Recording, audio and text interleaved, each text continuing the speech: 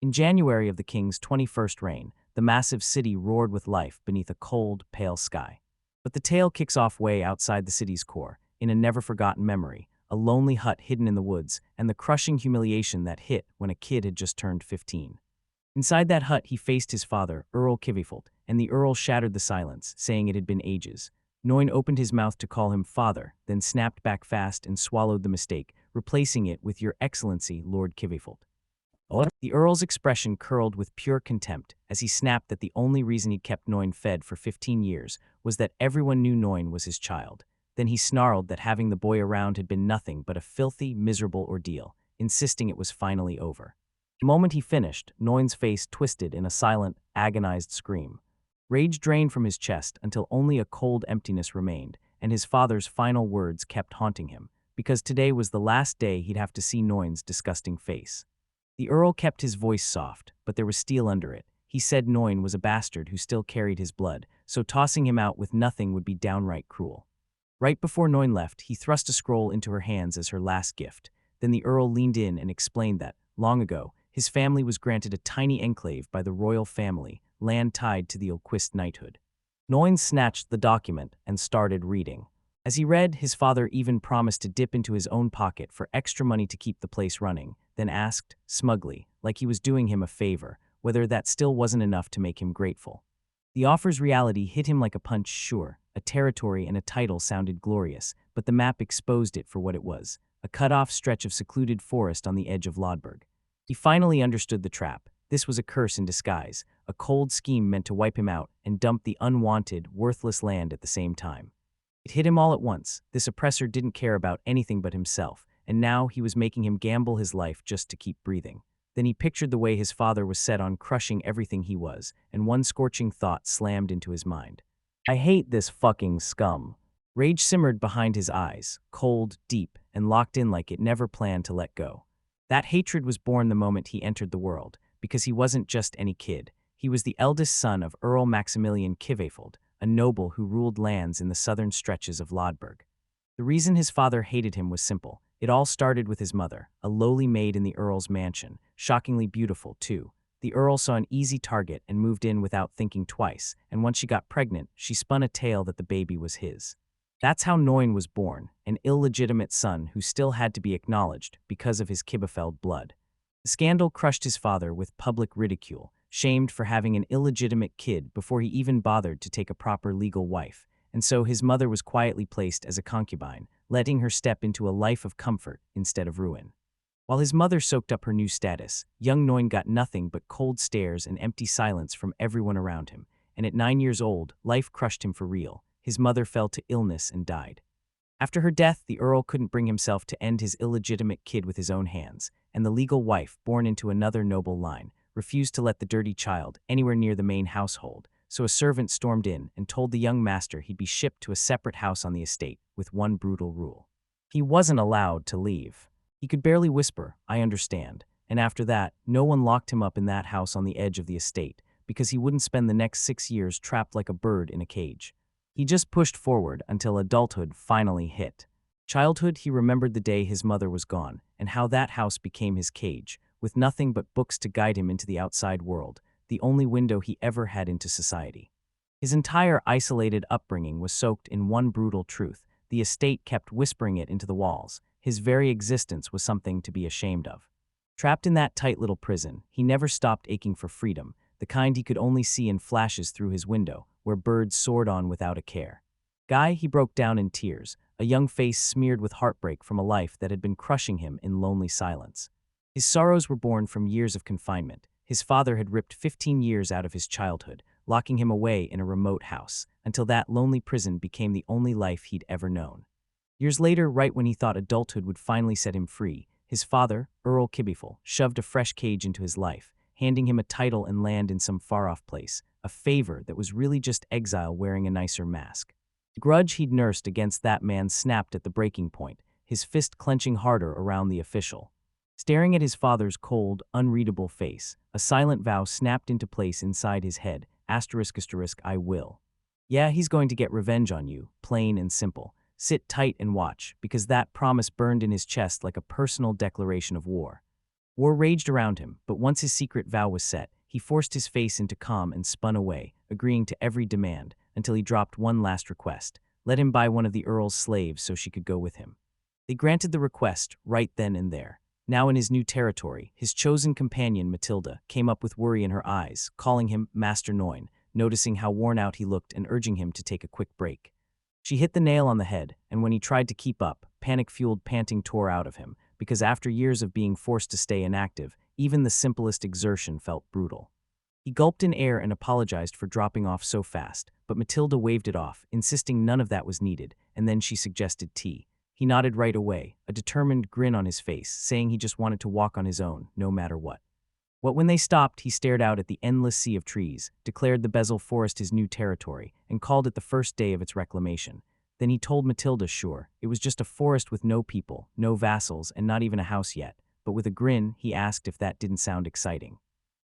Fun, he stood deep in the untouched forest, staring down the brutal truth of his exile. His own father probably wanted him to die out here. Years locked away had drained his strength, and the moment hit him hard. Without his puppet magician skills, he might not make it. He survived, and this power traces back to a Lodberg kingdom tradition. At age 10, every soul, from royalty to common folk, lines up for the Holy Church's blessing ceremony, but only a handful are actually touched by magic. That's why it's so rare and so desperately coveted. Blessings don't guarantee greatness. Most magic folk can only scratch together basic day-to-day tricks like summoning fire or water or molding clay, while real true wizards, born with a ferocious, innate magic affinity, are insanely rare with only a handful of. He was one of those rare, gifted puppet wizards, engraving a razor-precise circuit into a puppet, like a golem, then seizing control of it as if it were his own body, and the sheer power of his creations hit instantly as his golems crushed through everything effortlessly. Debris, but this magic had a deadly catch. Golems were built to lumber, not fight, and they fumbled even at basic movement. To make them glide like humans takes insane time and resources just to train, and the cost few can. Couldn't quite stand it, so everyone labeled puppet magic as a pretty useless gift. Sure, it was better than having zero magic at all, but people treated it like trash compared to the real abilities, and that belief was so widespread it basically became common knowledge. Noin crumpled under a surge of pride. 5 straight years of practicing his magic almost every single day had finally paid off, and the results were no longer just dreams. Results, as Matilda slid a cup of tea toward him, she leaned in and said she was totally on board, so proud that he was a puppet wizard, because his skill was way more useful than just puffing out fire or water. And then she promised him, with a smile, that his gift was absolutely, extremely good pick. Her words hit hard because the proof was right there, and it was his golems that dragged that supply-laden cart forward, carving a path for them through the dense. In the dense forest, she remembered how he'd squeezed every last coin to buy that golem, treating it like a steal, even with the tiny funds he got. Then she looked him straight in the eye and said the truth. The way he handled a beast that huge proved, beyond doubt, that he was truly exceptional. He proudly declares the job is finally finished, telling Matilda he rehearsed it over and over while he was locked up at home, while his golems quietly tear into the weeds all around. With the clearing finished, he points her to a giant tent standing out in the wild, telling her, this is where they're going to live for. His confidence crumbles the moment he looks down, shoulders sagging, and bitterness flooding his voice as he snaps about how insane it is that the lord of this territory is stuck living in a tent. Matilda watches him, her face full of. Matilda watches him with real concern, and when despair hits, she leans in and tells him, straight up, that he's insanely talented. She stares at the future and paints a grim picture. Give it a few years, and this ruined wasteland will blossom into a real town, and she doesn't even get to finish the word before it cuts off. In a grand city, her vision finally clicks. Master Noin settles into a comfortable, respected life in his very own mansion, and the whole city looks up to him. He shoved it behind him, and just like that, he snapped back to the present. She tells him, this is only the first step, because what they're standing in is just the opening act of something massive. Endeavor, her unshakable belief fuels him, and he can't stop thinking about the brutal 2.5 months since they kicked him out of the mansion, when the territory was empty, freezing, and dead silent. And then his mind snaps back to Matilda, right as they both realize this is where they're new. His face snaps into something colder, an angry, vengeful grin pulling tight across his lips, and he vows that everyone better keep their eyes on him, because he's about to cash in his revenge. On the eastern edge of Olquist territory, inside Connaight's Viz County, sits Lethich, the capital where life never slows, with cobblestone streets buzzing and timber-framed buildings packed shoulder to shoulder with everyday hustle. Towering over the city's other buildings is one huge, spotless place that screams inn or tavern. All those stacked stories make it feel like it's always busy. Inside the tavern, the air crackles with chatter as one patron leans in and asks if the others heard the story about a noble heading out to the west side of the Bezel Forest. Because the moment he hears it, doubt kicks in hard like, how could anyone build anything in a place that's nothing but trees? The chatter floats across the room, and everyone leans in to hear it, because the gossip keeps tearing at one question: why do they need some feudal lord when there's nobody left to rule? At the nearby table, a man with long, light hair snaps his head toward his crew and asks, with a creepy grin creeping across his lips, whether they caught what was said. Then he declares that a noble with nobody backing him is the perfect prey, because if he drops, nobody lifts a finger, and that makes this noble exactly the kind of target they should take their revenge on. Away from the city's loud gossip, knowing noble as ever, stands in a fresh-cleared stretch of land, flipping through documents like they hold the answers, while giant golems loom in the back, smashing through the forest as they work. The proof of their hard work is everywhere. An enormous stretch of land has been cleared, and all that's left behind are the bloody stumps of felled trees, waiting for the next stage to begin. He slumps on a log and taps his stick like it's impatient, and it's been a full month since the development started, one whole stretch measured by this world's 6-day weeks and 5-week months. He whips his head to Matilda and asks what he should do next, but then he shuts himself down fast, blushing and apologizing for mumbling, because honestly, he has no clue what he's talking about. Years passed, and even with his doubts swirling, he still checks in on our progress, because the forest keeps clearing without a hitch, the golems are expanding the cultivation grounds, and the new crops are already pushing up from the earth. He drags a hand to his chin, and his face hardens mid-setup, because it hits him. With all this work, this place still can't be called a real territory, not until citizens step in. He pushed through the woods, panicking over his dire finances. His father had handed him 300,000 ruberows, but after buying Matilda, only 250,000 was left, and now he couldn't spread the word for his new territory or even pay wages to recruit anyone. He kept tallying everything inside his head: farm tools, magic gear for reclaiming land, and even a top-tier tent. It was a must, because all that development would chew up his energy like crazy. Now his stash had shrunk to just 200,000 rebs, barely what would let a commoner live comfortably for 10 years. And he knew it wasn't nearly enough to pull off a noble-level job like turning an abandoned wasteland into something viable. Lost in his own thoughts, he froze, and his companions watched him with worried eyes. Matilda, along with that other rabbit-eared young woman, clocked his distress the moment he let out a frustrated sigh. Seeing how bad he looked, Matilda snapped into action. She told her companion that Master Noin was clearly freaking out, and the only cure was simple: brew some tea and get her out from under that stress. Right as they were about to move, a sudden rustle ripped through the bushes, and every head snapped up in panic. The other rabbit-eared girl yelped a warning to Master Noin, and Matilda lunged in, hauling her into a tight, protective embrace. Noin's eyes went wide, like he'd just seen something. He froze for a split second, trying to make sense of the sudden threat, while his companions braced themselves right behind him. Matilda's training snapped into action. It's an ambush. She screamed, spotting the attack coming from the right side of the forest, then she launched away and hauled the other girl to safety. Once his crew was out of the blast radius, his shock curdled into blazing, cold fury. He snapped around toward the unseen enemy, and a glowing magic circle sprang to life around his outstretched hand. Shadows and cloaks started to spill out of the trees. Then the younger girl screamed, "Who are you? Why are you attacking?" Matilda snapped into action with a quick battle report, calling out two coming from the right, one from the left, one straight ahead, and declaring she'd grab the front one and shut it down. Noin met the frontal rush head-on, and just like that, he blew his power wide open. A giant stone golem erupted in front of him, and its massive arm slammed down to intercept the charging attacker, freezing the man right in his tracks. A summoned golem slammed straight into the ambushers, ripping through them with unnaturally fast, brutal speed. So fast one attacker yells in pure shock that he's never seen a golem move like this, just as his comrade gets launched flying by a devastating strike. He lands a kick, then freezes as the golem's power crashes against skillful enemies who dodge every hit like it's nothing.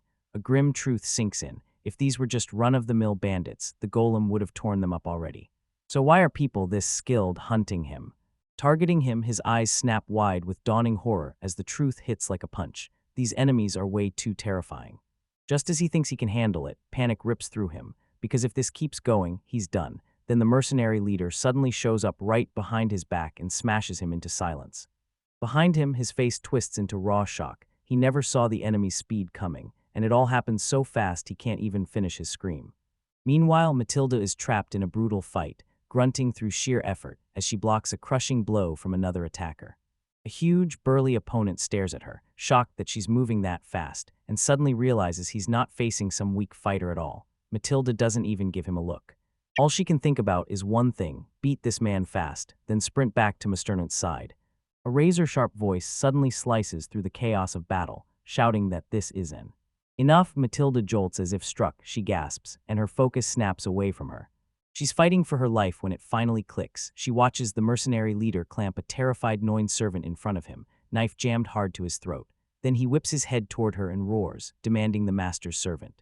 He gives her one brutal ultimatum: if her master's life matters, she has to stop the fight and come to the meeting.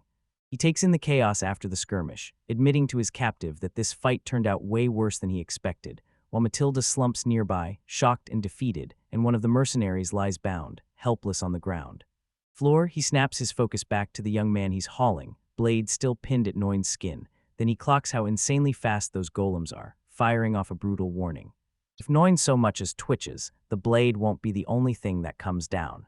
Gen trapped and nobody inside can even tally the odds. With 5 enemies left, if he tries to command his golems, it'll doom both him and Matilda, and the next thing he'll feel is his own throat getting. He grinned like he already won, sure Matilda understood resistance was pointless, and he snapped at his subordinates to move, then ordered Pence and Radley to bind Matilda and take her out of the fight as threat. The mercenaries close in, and Matilda's mind goes into overdrive. She spots the long-haired man as the leader in an instant, and she knows she has to take him head-on to survive. Panic sparks a single, desperate question. Can she even talk her way through a monster? Noin rips through the silence, demanding their motive and whether it's just about money. The mercenary leader stares him down with icy contempt, saying sure, they want funds, but the real reason they struck is right there, Noin. He tenses up, eyes narrowing, and spits the words with pure contempt: aren't you an OR? The aristocrat's accusation slams into the room with a brutal crack. Noin's eyes go wide, and horror freezes him. Civilization stands in the wreckage of shattered golems as the mercenary leader bears his true malice, admitting the real reason: an inner voice, forged from the darkest emotions, screaming for no reason at all. Rage boils in his chest as he spills the truth. He once led a squad of mercenaries he treated like family, but nobles wiped them all out. Now he's fallen into bandit life, driven by one razor-sharp, burning mission: wipe out the young aristocrats. He blurted out crap and kept going, saying earlier this year his mercenary crew was hired by a noble in the southeastern country. They were ordered to fight shoulder to shoulder with the territorial guards against the Paris kingdom, all because tension had been rising. Conflict had ended, because on that battlefield, the only thing left was a sword rammed into the dirt like a grave marker, and they were all. He lays it out. The noble planned it from the start: bait, then sacrifice, just to slash the damage to their own army. Many of their members died right there, and the few survivors, him and his core crew, finally tore away and fled the war. In the chaos, everyone's scattered, and all that's left is a tiny handful. With their legs still pounding, their money kept shrinking, until they had zero choice left but to turn into thieves just to stay alive, and with a bitter edge in his voice, he snarls that the pain they've been through is somehow noble. So he's made his choice: kill every single noble. Looming over his captive, he declares there's no bargaining left. He doesn't even know who Noin is, and he doesn't care. This is where it ends, right here, right now, and we're starting. By striking him, he realizes the man's resolve is ironclad. Sure, he's got his own thirst for revenge, and he's clinging desperately to life, but he knows one thing for sure: this mercenary won't hear a word he says. He shouts to get his attention, then he snaps: stop. The mercenary might not get his why behind his revenge, he admits, but one thing matters above all: his question has to. With a sharp, focused stare, he demands an answer, then fires his question: was that southeastern aristocrat who hired them and used them as pawns Earl Maximil? The mercenary leader goes rigid on the spot, eyes bulging with pure shock the moment someone says that specific name. Then his shock crashes into sputtering disbelief. Why you? He blurts, furious, demanding to know how you could possibly know. His jaw drops at first, but then the shock flips into something wild. He throws his head back, detonates into booming laughter, clutches his stomach like it hurts, and blares out that he finally stands there as he snaps, and his outburst instantly sends Yuri into a rage. She demands to know what's so funny. With a creepy, wide grin, the young noble blurts out that he's laughing because he's genuinely, incredibly happy to have. Finally, he meets them, and the moment it happens, manic glee takes over as he blurts that their meeting is an awesome coincidence. Then he leans in and tells them how truly grateful he is that they've been badmouthing that guy, and he keeps going, calling his scumfather. So to show where he learned it, his mind snaps back to his confinement period, when he was under house arrest, and had to lean on his loyal servant Matilda to sneak him every detail about what was going on in. Outside world, he only found out because of her reports, and that's when the truth hit. Where his father had troops, there was conflict, so he decided to swallow the risk and hire a swarm of mercenaries, since they cost less than sending the regular forces.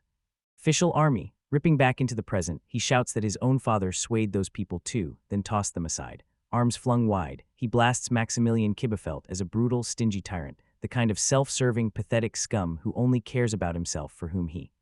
No respect at all, poison dripped from his voice, and the way he knew every detail of their past left Yuri completely stunned, her face frozen in shock as she couldn't even find words. And pure disbelief hits them. Then he steps forward, introduces himself like it's a ceremony, the son of Maximilian Kibefeld. He admits he never thought he'd run into them here, but makes it clear. He's got his own score to settle with his father. With a cool, steady calm, he asks, directly, if they'd be kind enough to. Into his story then, once Yuri finally listens, the whole mood flips. Calm returns to him, and with a sly, ironic remark, Yuri admits he gets the young man's predicament, even as he points out just how small. All right, here's the deal. He throws out a proposition and asks, like it's just a question, how they'd feel about ditching their plan to kill every noble they spot and going after a whole different kind of revenge, all tied together. Then he froze, processing the proposal and demanding answers. Wait, instead of killing Noin, were they now meant to assassinate Earl Kibefeld? The mercenary leader snapped with confusion, asking whether the roles. Noin's face snapped into a wild, almost manic glare, and he swore that if he wanted his revenge to be truly complete, his father had to stay alive. Alive, healthy somehow, and that damn declaration only made the mercenaries more confused. Yuri snapped into it, jaw tight, pressing him hard as he demanded answers about this impossible, contradictory plan. Noin finally met the mercenary leader's eyes, and with zero fear, confessed the wild request that had been burning in his chest. He wanted the entire mercenary crew to be. They'd become his citizens, and the moment the proposal landed, everyone just froze in stunned disbelief. Yuri and I both grilled him, asking if he was messing with us, but Noin only grinned, and it looked totally real. He swore it was his true wish, pulled straight from a life that had been starved of. His father's freedom opened the door, and then he spilled his entire plan. He'd grab back every single thing that was stolen, and he'd take for himself everything his father never got. With a fierce vow, he swore to shape that land exactly his way, building it up to become a lord chair. Cherished by his people, and then slowly but surely, the real shape of his revenge started to show, like it had been waiting its whole life. With a grim, satisfied smile, he said that once he pulled it off, word of his victory would spread no matter what. He couldn't wait to finally reach his father. He was practically giddy, his smile curling as he pictured the Earl's face when the truth hit, that the illegitimate child he'd tried to kill wasn't just alive, he was thriving as a. And the happy lord, the fantasy hit harder, his eyes blazing like a fever. He imagined his father trapped in non-stop dread, terrified that the world would finally drag up that buried scandal, his affair with a maid. That worry, the one knowing declared, would poison.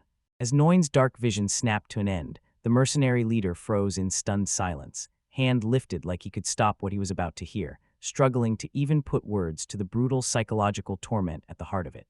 With that youth's whole plan on the line, Noin lifts his hand like a vow, grinning with a bright, almost holy confidence, and delivers his final, burning plea, telling them that all it takes to torture Maximilian Kivifeld for the rest of his life is to live here happy, thriving, and successful. So he pushes the mercenaries to stop dreaming of the usual, dull, revenge, and become citizens of his land instead, because this new revenge is going to feel insanely good. After he was born, his distorted personality took shape, because they never once let the truth connect to love. He was shut out, banned from talking to his own mother, and the maids kept hammering it into him. He was never meant to exist, and all he was allowed to do was interact with them. Growing up in that suffocating nightmare, he was never given the chance to grow into a truly balanced person. His father hauled his illegitimate eldest son into the spotlight and flat-out announced, with public shame, that he couldn't even read or write. And after that, nobody was allowed to hire a private tutor, except for just 1 year, when the boy finally realized how tightly those cruel rules had been strangling his whole life.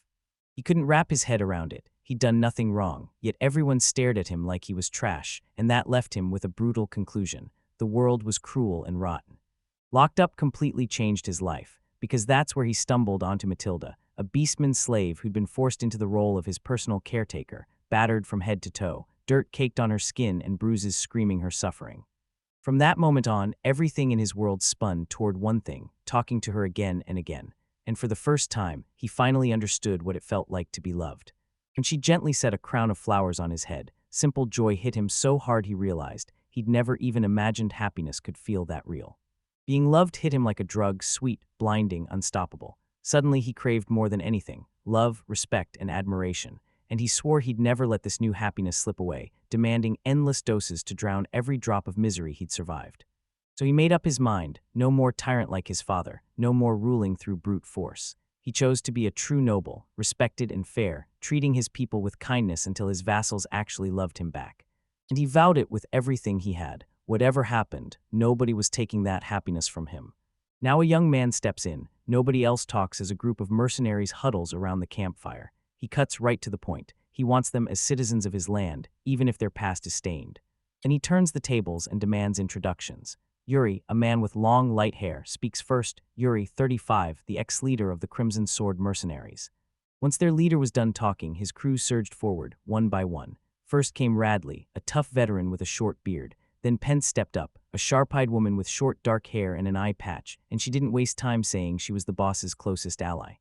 The introductions kept rolling. Yuri, the long-haired man, slid in and said his name was Bart, claiming his face made him perfect for negotiations and digging up information. And then Mai, the woman with long light hair, stepped forward and declared she was Yuri's woman. After hearing every detail, he lined them up and called the whole crew by name: Yuri, Pence, Radley, Mai, and Bart, then threw in his own introduction, along with Matilda. Once he realized they'd come to kill him, he snapped with one question: why in the world would they want to join him as citizens of his land? He kept talking, voice blazing with conviction, pushing the idea that if they joined him, they'd earn more than petty revenge for killing a noble, and swearing he'd build something lasting, with love, mutual understanding, and respect. He dangled a chance to rise higher than what Earl Kivifold had ripped away, promising them a fresh start, a brand new home, and a life so good it could claw back his father's happiness, right from under his nose. Val grabbed his hands tight, eyes burning with determination, and swore a sacred vow. He would be a good lord, love every citizen in his land, and carry out every wish his people asked for. Yuri watched him and felt it instantly. There was not a single lie in his words. Yuri listened to that wild, passionate plea, and his mind raced through the dangers, because when someone this crazy, this utterly unhinged begs for help, it's all too tempting to just walk away. And just when it felt like that was the end of the thought, he turned his head for one breath, and everything inside him snapped into place. After what his crew had survived, maybe chasing a shot at happiness, even by following someone like no one else, didn't sound so terrible anymore. And deep down, that hope hit the mercenaries right in the chest. They couldn't stop asking themselves if they'd finally be able to trust this young noble and start living a real happy life after everything they'd been through. Then reality hit like a punch. Sure, everyone could keep their distance for now, but they just realized his father probably hired an entire army to hunt them all down.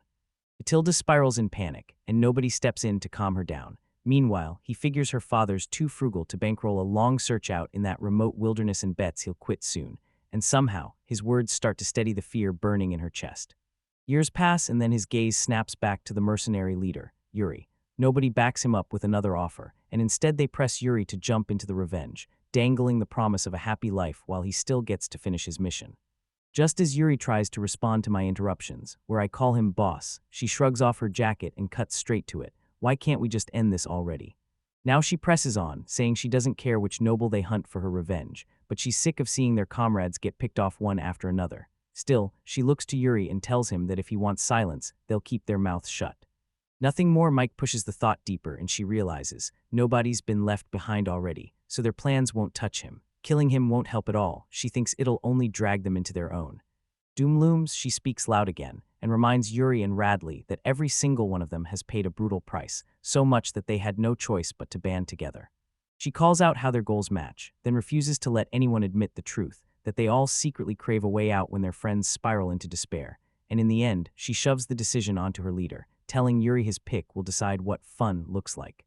In that final moment, Yuri storms into action, rallying the whole Crimson Sword crew, Mai, Pence, Radley, everyone included, dropping to one knee before nobody but fate, then declares, "Will be the sword that protects me and the shield that defends me." And with that, they pledge their unshakable loyalty forever. Choked up with emotion, nobody even dares to meet his new followers' eyes, yet he turns to them, throws out his thanks, and swears an oath on the spot to protect his loyal retainers from this day on. With a satisfied smirk, he doesn't even bother greeting Matilda or the Crimson Sword mercenaries. he just announces, loud and formal, that they're officially part of his domain now. Then he whips his focus to Matilda and asks if she's upset. Under his stern stare, she swears she'd never be mad at him. Her fury is aimed straight at the mercenaries. Nobody tells him why, he just says they're victims like him, blamed and shaped by his father, the same way he was. That's why he chooses to take them in as his own instead of tossing them aside. Matilda just nods quietly, like she finally gets it. He adds that just since yesterday, he's brought in even more people, and he's heading out right now to grab food for them. Matilda hears it and her eyes light up, totally shocked and overjoyed by the amazing news. After a while, the shop suddenly goes quiet. No one's inside, so he steps up to the proprietress and lays out his request: salt, barley, pickled vegetables, and fresh vegetables that can last for a while. She smiles, motions him to his seat, and tells him to wait while she gets his order ready. While he waits, the shopkeeper hurries around, shouting for Marco to stock the shelves and waving Anna over to serve Lord, then making sure she's got tea ready. The place is the Krupple Trading Company, a bustling grocery spot near Ritvik's Westgate where commoners do their daily shopping, and Matilda, who already has history with the company, remembers every corner of it because she's been here a bunch of times and is totally on friendly terms with the owner, Eliza. Anna steps up to him, quietly pours a cup of tea, and hands it over, no fuss, just service. He takes it, thanks her, and asks her name. She blushes and confirms it with a shy, soft nod. He clocks that if she's helping in the shop, she has to be able to read, write, and crunch numbers, and Anna confirms it, but says her skills are only good enough to double-check inventory and ledgers. Still, nobody blurts out how much they're impressed, because her abilities already speak for themselves. Jana, another young woman, says bookkeeping demands serious arithmetic, and then she hesitates, swivels to Nolan, and asks if he's really the one building that Bezel Great Force to the west. He breaks it down, one thing sparks the next, and before he knows it, he's standing there as the Lord of the Archfist Barony, having traveled clear from Kivifolk County in the south of the kingdom. And Anna, who's never once left the city of Rtojvik, can't believe a word of it. Story, he notices her spark of wonder and leans in, asking if she wants to see what's out beyond the city walls. Anna's cheeks flare red, she nods fast, and tells him her late father was a traveling merchant. Right when she starts blurting out she wants to see more someday, a long-haired man with pale hair strides into the doorway and shouts, "Lord Noah." The man speaks up and says the cart is finally loaded with every single thing that was asked for, and he did it fast enough to leave everyone stunned. Not a soul turns to the shopkeeper, Eliza, to introduce this newcomer as one of the people he grabbed as his subject just yesterday. With a grin that disarms everyone, he tells Eliza his name, Bart, and admits he's a refugee, drifting with no direction. But right when he thinks he's doomed, Lord Nolan pulls him into the Archfist lands. After hearing his tale, Eliza's eyes well up. She lifts a trembling hand to her face, clearly shaken. Then she tells Bart he's insanely lucky. A gentle, wonderful lord took him in, even though they're just commoners. Bar de Gris beams with pure gratitude, swearing that from this day on, he'll serve the lord he now knows with everything he's got, because he's determined to repay this massive debt. Right as he starts to walk away, Eliza snaps around and blurts, "Wait, stay right there." She hands him a tiny box and tells him it's a gift of luxurious raisins, her way of celebrating Lord Nolan, welcoming the new arrivals, and honoring everything Bart and the others have survived. Noan watches the whole exchange, then leans in and quietly tells Bart to take her kindness and give it everything he's got. Best, Anna stared at what had just happened and thought hard about it, because the way that handsome guy handled the shop assistants wasn't just smooth, it was straight-up powerful. Since nobody else had geared up to leave, she joined the shopkeeper, Eliza, and an assistant named Marco, and waved the group off from the storefront, then smiled and urged them to come in. Again later on, the clatter of their supply-laden cart thundered down a wooded path as known, and his retinue marched toward his brand-new domain. As they traveled, Matilda's face hardened. She laid out everything she knew about the attack, making it clear that Yuri had tried to kill him for no reason at all, and when she spoke, her voice was ice cold. She would never forgive. He told them and he barely blinked, just asked what she was even talking about. Then he hit back. They had every right to be furious, and if she wanted punishment, he said he was ready to slice off one of his own fingers as payment. With the topic switched, he snapped his attention to his other companions and demanded how Bart had done in town. Then Radley, right there, admitted the performance had totally fallen flat. Wallace and Yuri stepped in, wondering if anyone really wasn't sure about buying towels and soap for everyone, because stuff like that was usually a rich person luxury. Right there, Mike praised their brilliant pick for the external affairs manager, saying he'd gained everyone's trust fast, and nobody just blindly accepted a call. He shot back after Yuri's question, saying it was totally fine, and then he went straight to the point. In the middle of a forest, living out of tents, they couldn't keep going unless they could at least protect their bodies and keep their clothes from falling apart. Clean, a fierce look snapped onto his face as he laid out his plan. He was going to earn the kind of respect only a real lord deserves for all their grit and loyal service, and he'd make sure everyone was taken care of properly. He said it with absolute certainty. He believed that if he gave all of them a real shot to live well, his brand new territory would finally flourish. Thrive, he stands tall with his fresh retinue in a sun-dappled clearing, and my mercenary asks, right out loud, if this is the upfront investment he promised. Nobody answers, and that silence says everything. Then, with the tension snapping tight, he announces that their work begins. Now her face snaps hard into place, and with ice-cold resolve she vows to rip the pinky finger off Yuri's left hand as punishment. The shocked look on her face makes it clear, and the knowing one blurts out. He tells her to wait, and just as I move to carry out the sentence, he erupts, yelling at her to stop, swearing he won't allow any bloodshed. Then he reminds her that Yuri is his subject now, and that his word is final, straight up absolute. That sudden, heavy push of authority snaps the confrontation into. A deafening halt hits, everything turns heavy with tension. Yuri stays down on one knee, hand locked on his sword, daring anyone to stand up to the mercenary, who's met with nothing but silence. Code, then he flips the script with a new solution, pointing out that Yuri once called Matilda a breeding rabbit, so nobody buys the idea that Yuri's punishment is letting Matilda kick him. He says it straight. Matilda matters more to him than. Matilda doesn't spare anyone a glance. Then she looks at Yuri and nods, locking in the deal, and a sharp, punch-in-the-chest sound snaps into the air right after. Consent hits the air and Yuri flies back, sprawled from the kick's brutal force. With the score finally settled, nobody calls it over. He surges back, rallies the crew, and vows that from this moment on, they'll all team up to build his new. His focus snaps to the practical stuff next. Since it's already evening, he tells them they'll hit the town of Retvik tomorrow to grab tents and supplies, and for tonight, they'll just have to grin and sleep out. Outside, Yuri starts saying they wouldn't mind roughing it, but nobody snaps the idea down as crazy. He declares he won't abandon his precious people to sleep out there, then quotes a manual on domain management. To raise productivity, a lord must first secure decent food, clothing, and sh. He lays it out if people are starving, ragged, or left without shelter. They can't do anything meaningful, but give them a real chance at a proper life, and their work sharpens fast, so everyone, including the lord, wins in the end. He calls it a front-loaded investment in all of them, and he's betting on them going.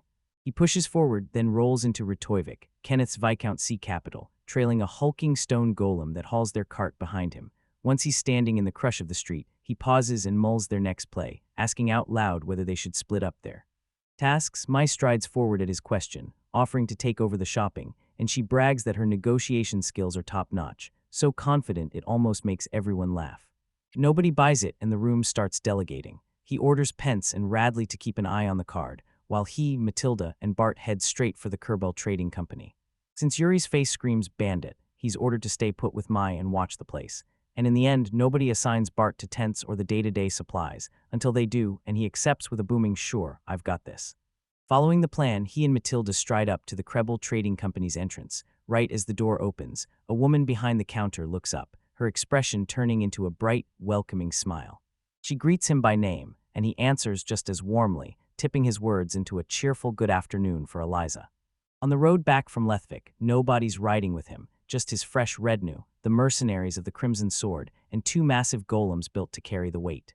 He slams the brakes out of nowhere, and I'm about to ask what's wrong when we spot nothing labeled, just a pack of snarling, wolf-like beasts bursting from the brush. Mai studies them with ice-cold focus, says one hit from her golem would end it, and instantly offers to wipe them out before they even get a chance to lunge.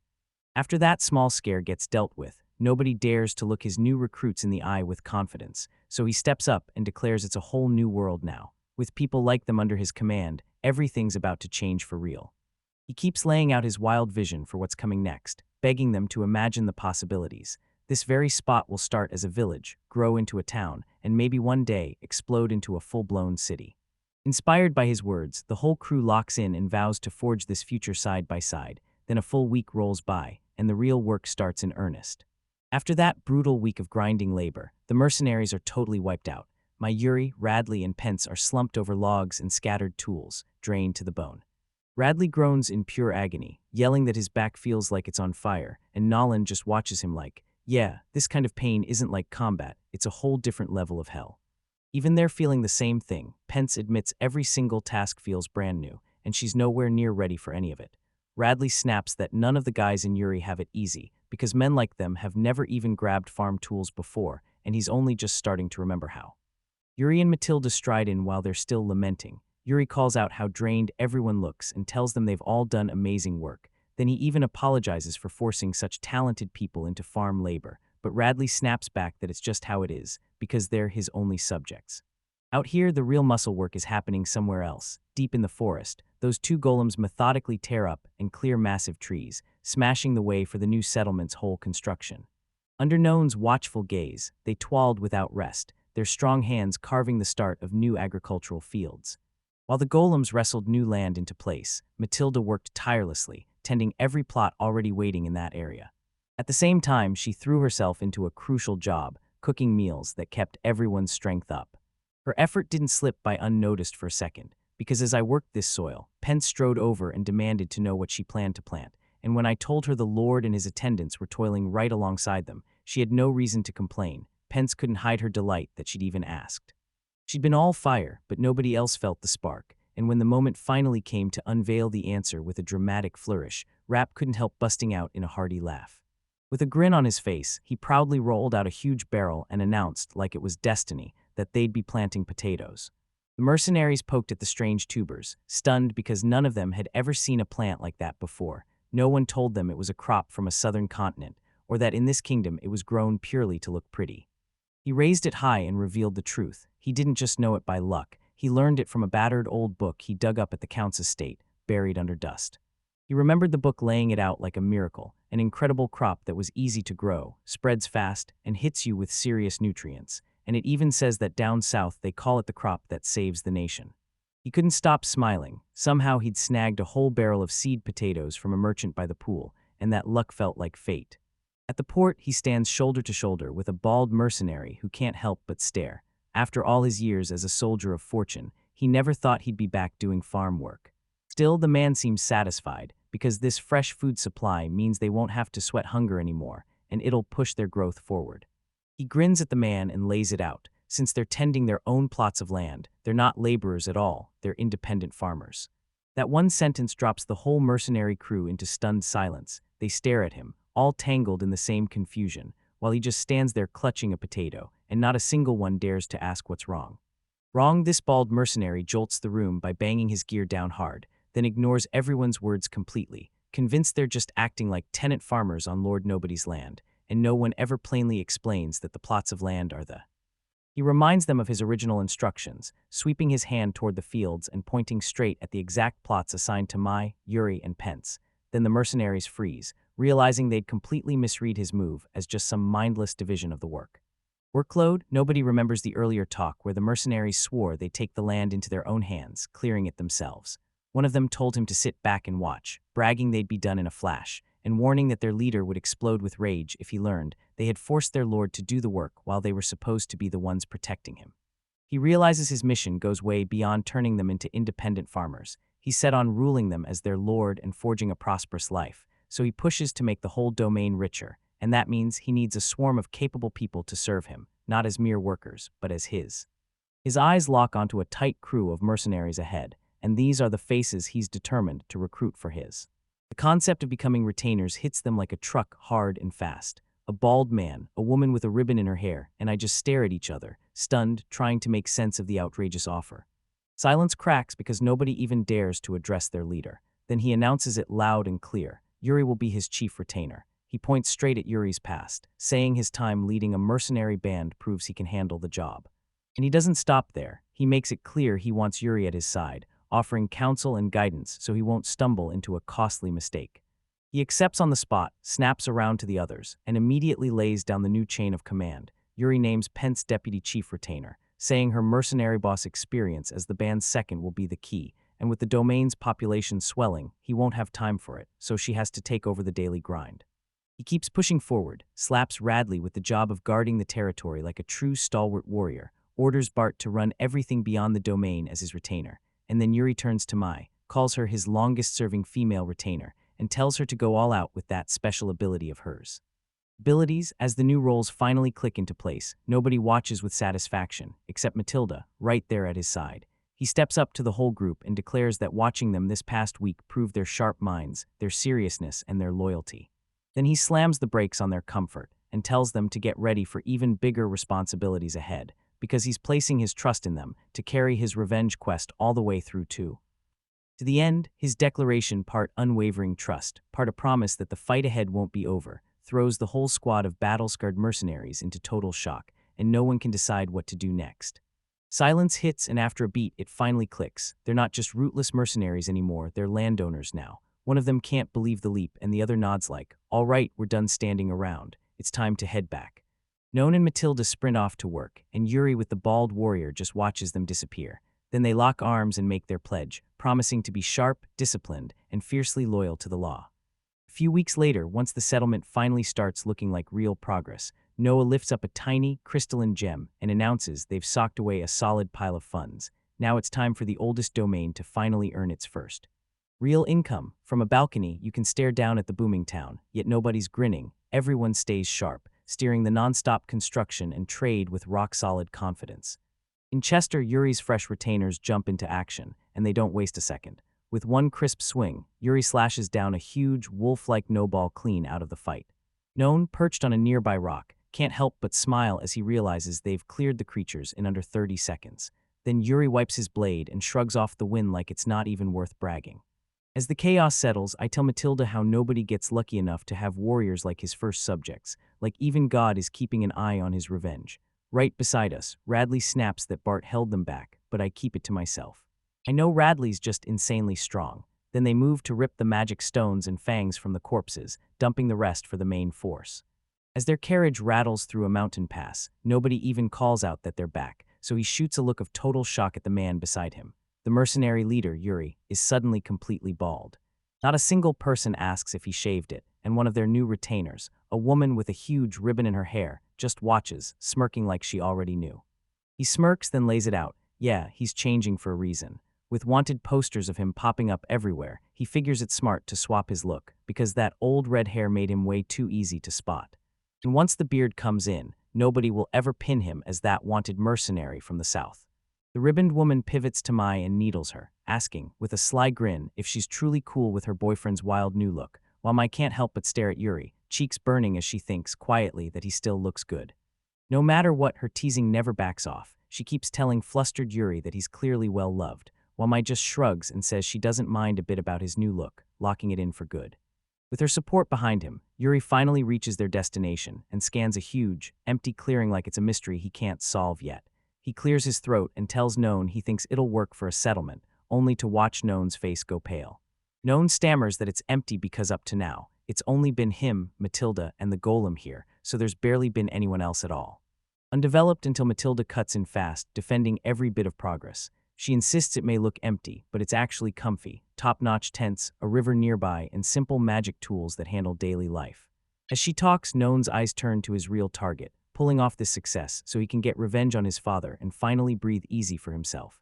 And Mike, hearing all of it, can't hide his respect for Non, amazed he cleared even this much land without once calling it quits. 4 months have nearly slipped by since January, when Lord Nolan got thrown out of his family's estate to carve out a future on the frontier, and in that short time, he's gone and become the Ilquist domain's rising lord. With ruthless skill, he ripped through a thick, untamed forest and turned it into land people can actually use, and with pure heart, he took a gang of mercenary thieves and remade them into loyal retainers, then watched every step of their growth day after day. Even with all those wins piling up, it's clear the mood has turned. One of the mercenaries, eyes burning with frustration and hurt, stands shoulder to shoulder with the stoic Matilda and squares up to their lord, demanding to know, straight-faced and shaken, whether he really hates them this much. She confronts Matilda, eyes sharp with frustration and worry, and bluntly demands answers. Does Matilda really hate them? She points out that Matilda can barely look her in the eye, and adds that every time she tries to talk, it's like talking to a wall, just like she did back at the domain.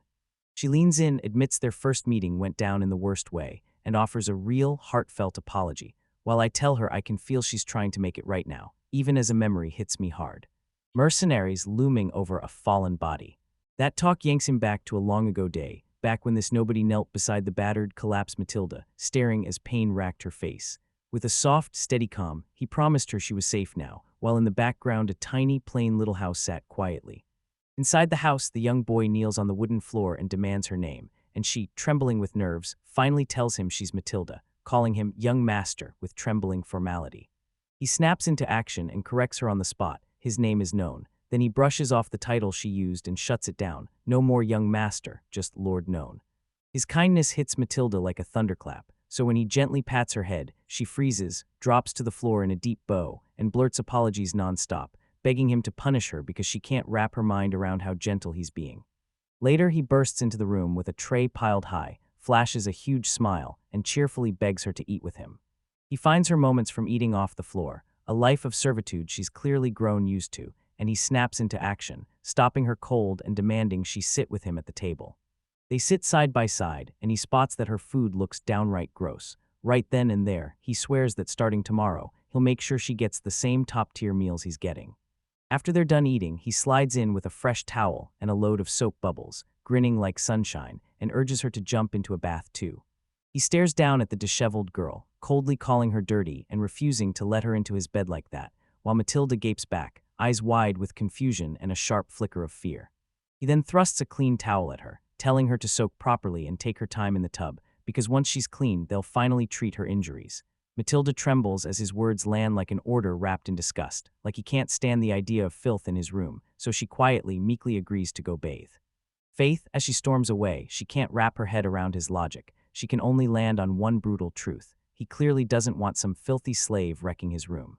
The bath she stumbles into is outrageously luxurious, steaming water, rose petals drifting everywhere, and the sight leaves her speechless, her mind spinning from the shocking, thoughtful surprise.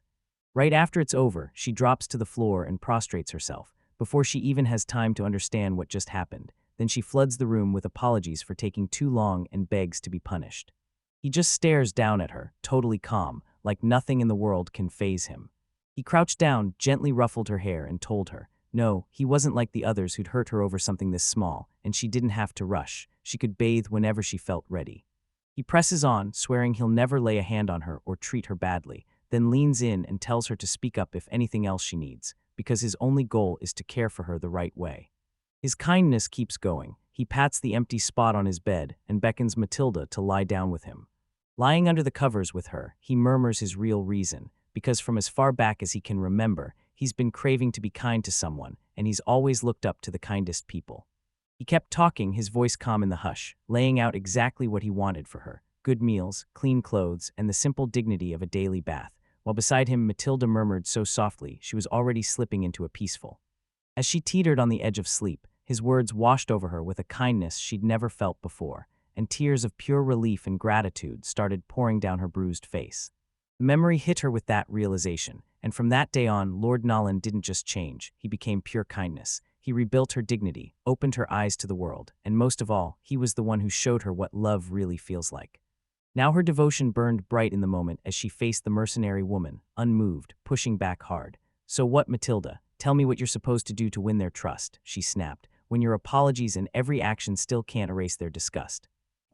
August, she answered without a hint of hostility. She didn't hate them at all. The real problem, she just didn't know what to do with anyone except Lord Noah, because he was the only person she'd ever truly taught. Every breath she took was for him, because as long as she stayed by his side, it didn't matter where they ended up, a forest, the wastelands, or a battlefield, she'd follow him straight. To hell, her declaration hit like thunder, and everyone felt the weight of her ironclad loyalty hanging in the air. Right then, the mercenary's face shifted, like the truth finally clicked. She folded her arms, and you could tell she understood. Matilda had been trapped in a world with only herself, so he was the only thing ever taking up her thoughts and. In her heart, she went on, admitting she had no say if you both were truly happy with the arrangement, but then she warned that Matilda's struggle talking to other people was a real issue, and urged you to slowly try to. She didn't back down. This mercenary doubled down, saying that under Lord Nohan's rule the whole domain would boom and pull in tons of new faces, and since Matilda was his first and longest-serving retainer, she had to be able to step out and actually talk to people. Matilda admitted the mercenary was totally right, but she just couldn't figure it out, staring at him like, okay, how am I even supposed to learn how to talk to us? And in response, the mercenary shot out his hand and offered up an eye. An idea, she shot back a bold suggestion, let's be friends, and told Matilda she could use the time to sharpen her social skills, leaving Matilda frozen, staring at the sudden offer utterly. Speechless, she froze, then his kind gesture yanked a memory back to life, the one that made her look at him and understand why he was begging her to stay. Forever fueled by fresh determination, Matilda snapped up the practice offer and told the mercenary to look after her. They sealed it with a handshake, and the mercenary declared it was time to hunt down the. That moment lit up a memory she couldn't shake, because in this world, beasts can get judged by where they're born. For her people, Lodberg was the absolute nightmare. She remembered the slavers counting her worth like it was just one sale, tossing her life away for a single coin.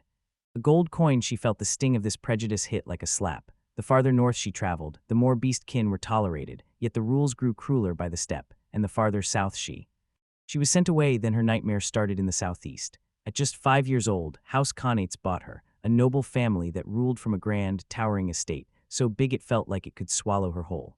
A nightmare of a life, torment every day. Suddenly, a brutal memory crashed in, her mistress slamming her across the face and yelling that she couldn't even handle one. A simple task, and it still felt like a trap. She flashes back to the constant beatings. One wrong move and they'd hit her. Cry once and they'd hit her again, screaming that she was just being annoying, demanding she hurry up and scrub away every mess. After taking that torment for so long, she finally crumpled. Her body stayed breathing, but her heart was already done.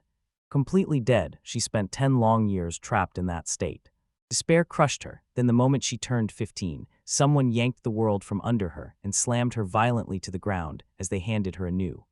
Right after her assignment, a maid from the main house laid out Matilda's new job. She'd haul meals from the main house to the annex every day, route all her needs through that same channel, and take down any requests in writing for delivery. Plus, the maid made it clear that everything else would be paid from a monthly allowance, ending with that bombshell about these were the basics.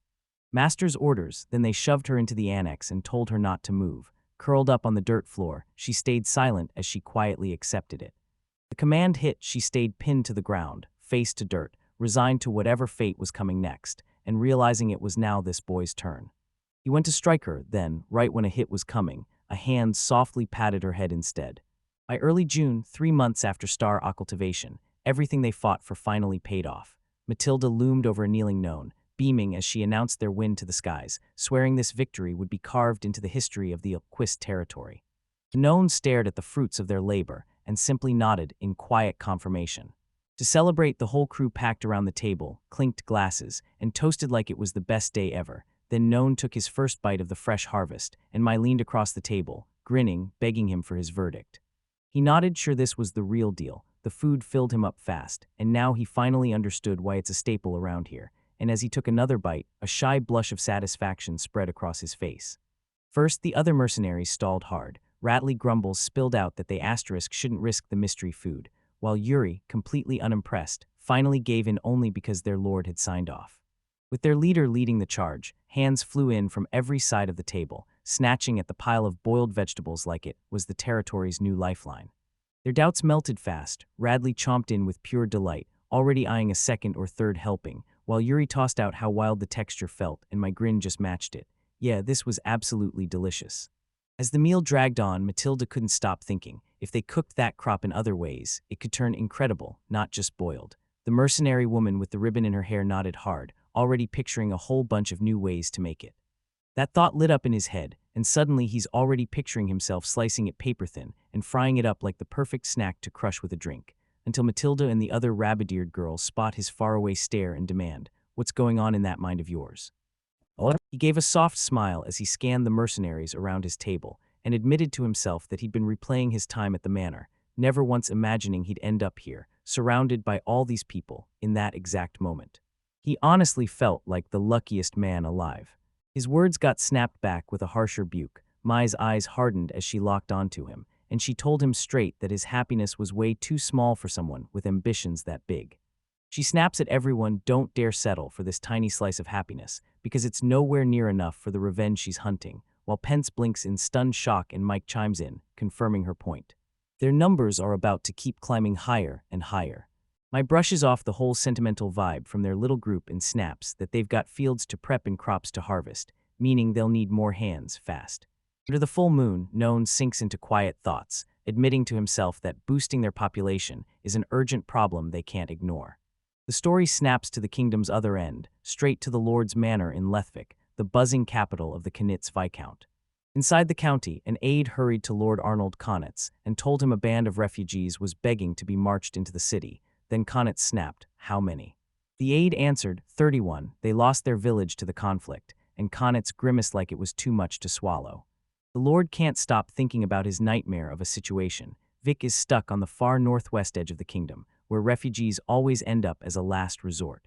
If he lets too many in, public safety could spiral out of control, but if he turns them away, that choice could ignite violence. Either way, it's a nonstop headache. He slumps back at his desk, lets out a deep, draining sigh, and stares at the scattered papers like they're daring him to figure out his next move. His face tightens the moment a dangerous idea starts to click into place. Right then, one clear thought snaps into focus. He has to figure out if that exact purpose can even be used. Back in no one's territory, the vibe flips completely. Pence lifts a huge, freshly dug potato, and her eyes light up with pure joy. She hands it to the group, and while Matilda beams with pure joy, he snatches the vegetable up in trembling hands, his heart overflowing.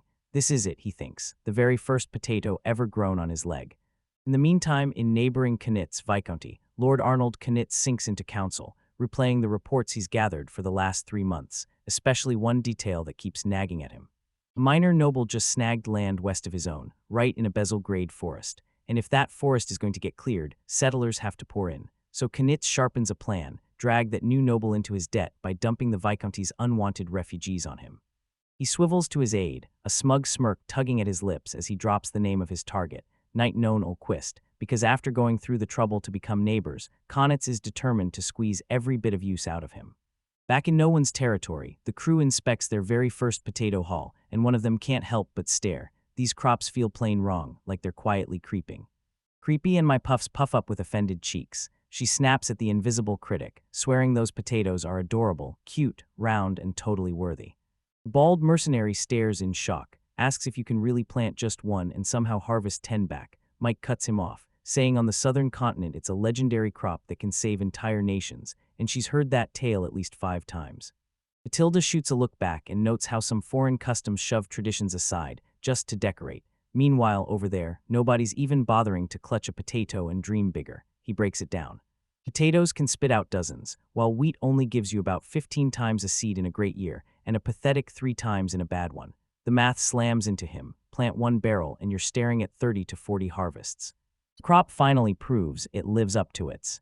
Grasping what that name truly means, the bald mercenary grabs Yuri and asks if he realizes just how priceless those potatoes are. Then Yuri shuts it down hard. They're not selling a single one, not ever. Not yet. His eyes narrow, and his face tightens as he finally realizes what their heart could truly do.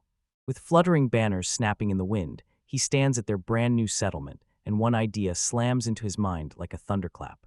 Power surges through his mind as thoughts race. If one easy-to-grow staple crop can be mass-produced, then a few farmers could feed a massive army, and for territories with similar populations, that one resource could completely flip the scale of the whole war. He stood by, eyes locked in, while everyone spilled out their huge advantage, still with his hands caked from the harvest. Our land is the only place growing potatoes for food right now, he said, and I nodded with a grin, agreeing like, yup, this is. Assessment, he raised one lone potato, and the look on his face turned razor-sharp and calculating.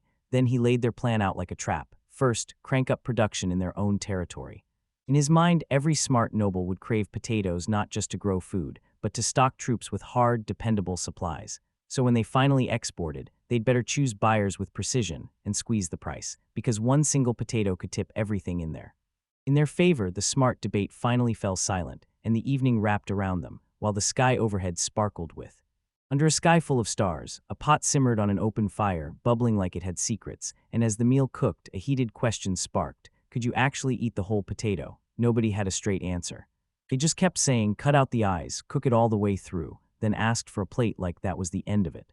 With the food already cooked, the whole crew crowded around a table piled high with a feast. Then, to celebrate their very first harvest, nobody lifted a cup and nobody toasted, even as satisfaction lit up every face.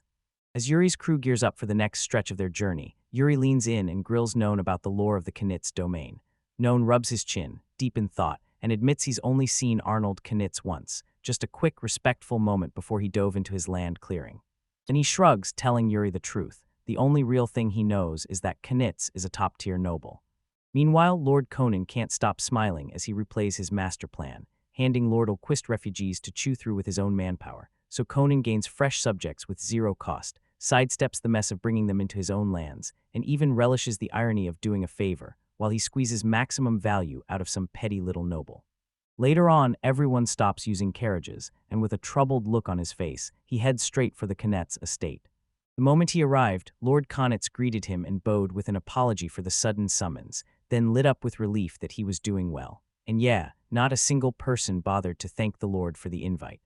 Once everyone's settled into that fancy meeting room, Lord Konitz leans in and asks if development in no one's territory is running smooth. Right there, flanked by his retainers, no one just nods and says nothing, thanking him for caring. Then he breaks it down. Thanks to the lucky weather, they've been able to move at their own speed. Conan peers into it and thinks, clearing a forest this massive has to take a whole army of people. The Lord's eyes sharpen as he leans in, pushing the question straight to the heart of it. Does nobody here have enough hands for this job? With a calm smile, he doesn't deny it. Truth is, they're a little thin on manpower, but he says they're holding it together because the capable people who have rallied under him are carrying the weight. His confession lands exactly like Lord Konitz hoped it would, so he leans in, eyes sharp, and says he's got a proposal that'll hook Lord Ulquist. As the talk kept going, Lord Konitz laid it all out, what help he could really offer, and then he revealed the truth. Just recently, 31 refugees had crossed into his lands, and most of them were still young.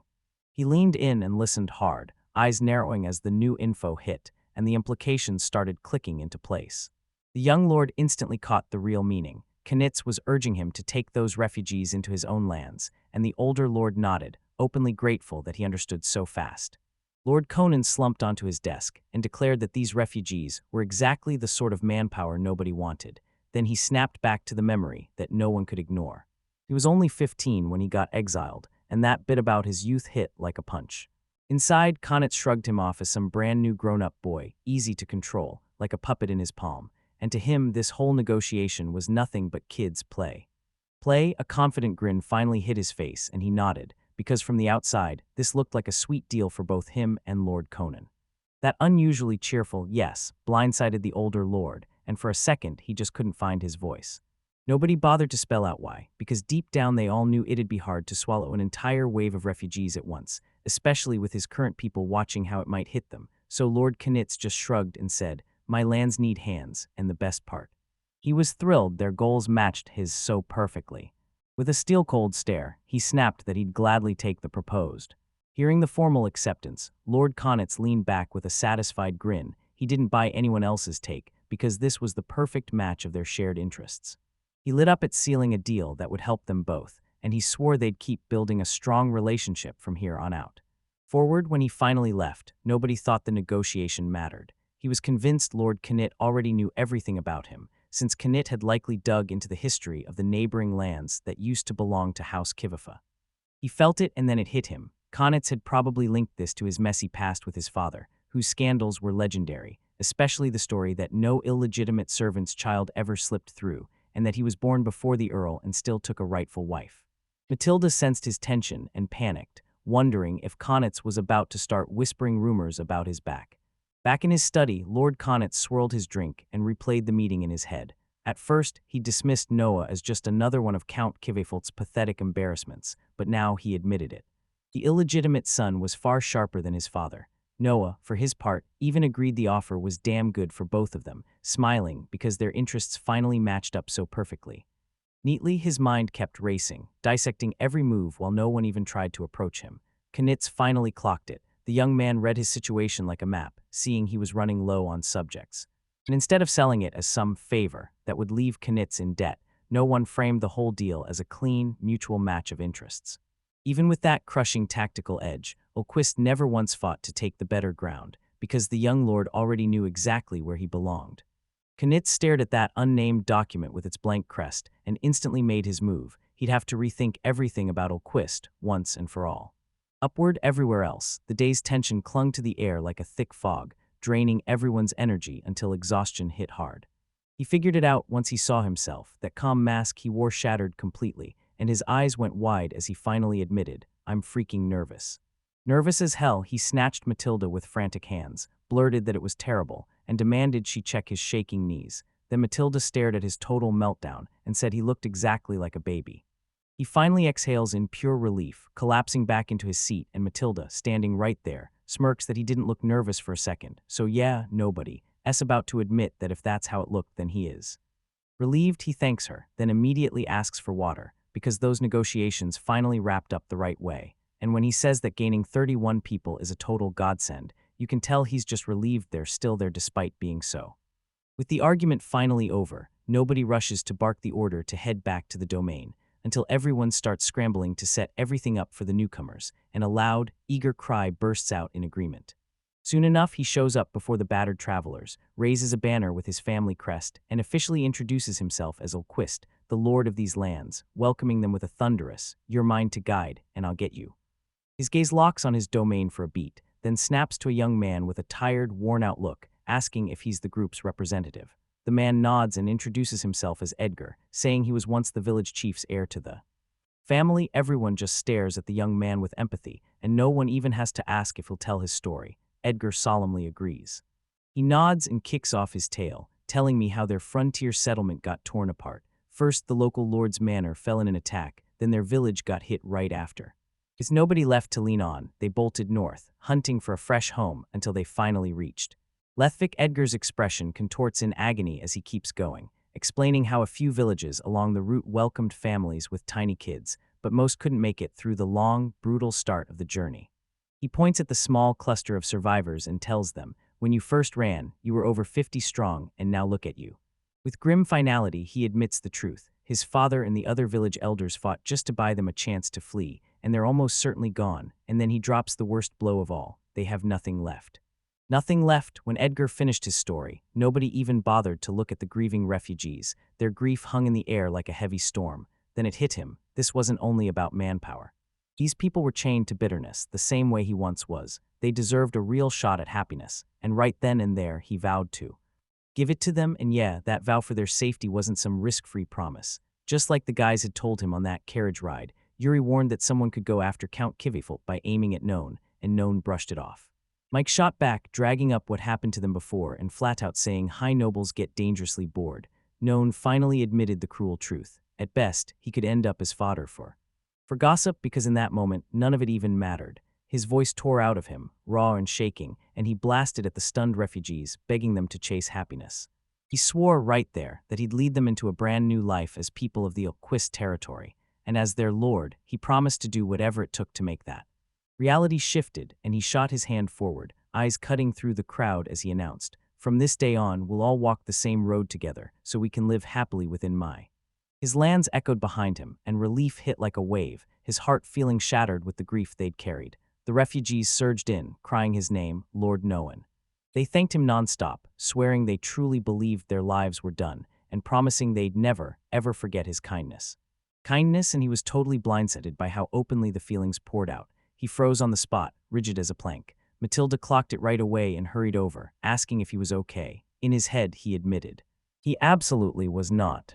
No, this wasn't okay. He tried to find the words, but his servant was drowning in her own waves of emotion. Tears spilled from her eyes as Matilda blurted out how relieved she was that he'd come, thanking him from the bottom of her heart, and with those real, trembling tears in front of him, None was completely flustered. Their gratitude hit hard, and Matilda's tears shattered him. Like, he couldn't believe how brutally embarrassing this whole mess had turned, and he screamed it in his head. While he spiraled, Matilda shut her eyes and quietly soaked in her master's feelings.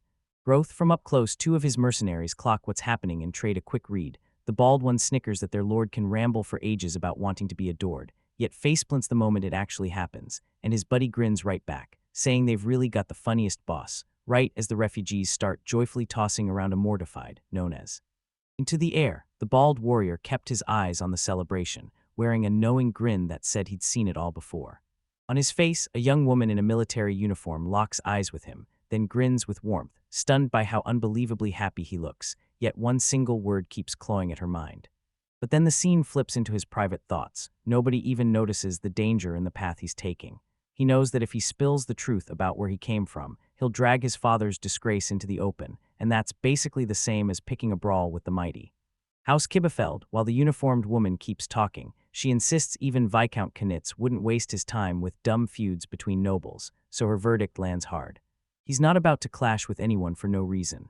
Others just shake their heads at the wild, tangled life of nobility, scandals, pride, allies, and Enemies? Even so, her sharp assessment doesn't change the vibe. Nobody's wearing grim resolve. He's convinced that if he can pull off life as a ruling noble, real happiness will finally hit him, and with a smug grin, he promises to play every move perfectly, revenge fueling the whole plan. He gripped his father's thoughts, then the story snapped to the looming stone walls of the city, and a voice called out that they'd finally reached Letvik, urging them to handle their shopping assignment. For the day, just as no one and Matilda line up their goal and move forward, their way gets slammed shut. An identical uniformed woman from before steps in front of them, her tone sharp, official, and cold. She doesn't waste breath on anyone else, calling out only Lord Olquist and telling him that on Lord Arnold Knitz's orders, they're to be escorted straight to the manor for an immediate. Straight up, the crowd never gets close to Lord Arnold Knitz. No one faces him in that room, and the old noble's eyes cut like daggers. And then everything clicks. Nate blurts out that Lord Olquist is finally here. Nobody goes to greet him, but his whole retinue shows up anyway, Matilda included, along with the Crimson Sword mercenaries. Wait and see. Deep inside the Ana chamber, Lord Connaught scans the intelligence he's collected, wordless and razor-focused, remembering how Lord Olquist came just 3 months ago with nothing but one lone attendant, and how the newest reports say his people still don't even reach 10, leaving him desperately short on manpower to clear the forest or get anything real done. Tears flood the refugees' faces. One blurts out that they never thought they'd ever own land again after what wrecked their last village. Then Noah and Olquist, smiling softly, tell them the dream is real. All 31 new residents will get farmland, and as the joy spreads, Matilda waves goodbye to the bald mercenary, saying everyone's absolutely thrilled. Elsewhere, the female knight from Lord Conan's retinue locks eyes with the refugee leader and snaps, Edgar, and Edgar answers with a straightforward, yes. She keeps pressing him with questions, and since he's the village chief's son with an education, she demands to know if he really grasps what it means to grant them this land, not just the words. Edgar jolts, insists he understands, and swears he'll live up to her expectations by watching over everyone closely and making sure they don't slip. He bows so deeply it's like he's sealing his fate, and the knight swings her focus to the stunned Matilda, announcing she'll work her hardest, and asks to be appointed as Matilda's personal servant. Later, the bald mercenary snaps to Matilda that nobody's really that impressive, then drives the point home. Sure, any lord's heir can build a village, but real strategy makes all the difference. By dragging the refugees into the work of shaping the land, it stops being someone else's property and becomes theirs, so they won't get shoved into being dependent upon serfs. He can't stop thinking. Handing out land to people you can't trust is basically a recipe for disaster, and it's got him staring at the real question, why would anyone ever gamble their peace on it? And that's when the genius of the plan hits. Noan doesn't just hand out farmland to these new residents, he saves them, turning desperation into survival, and that plot of land becomes priceless to them. They'll never forget the debt, and that loyalty is worth way more than any harvest. Noan doesn't buy productivity, he wins their hearts. Matilda gets it, this land isn't just a gift, it's the key to their happiness, and when she sees that nobody's planning for tomorrow, she locks in the loyalty of his people for the long haul. The bald mercenary blurts out that he's stunned by Noan's mind-blowing foresight, calling him a genius. Then he snaps back, realizing he was about to say something that could have sounded like he was questioning their master, and cuts it off with a quick, never mind. He quickly dodges the topic, clocking that she's been chatting with the others way more lately, no longer staying shut with just him. Then Matilda murmurs that, yeah, she has.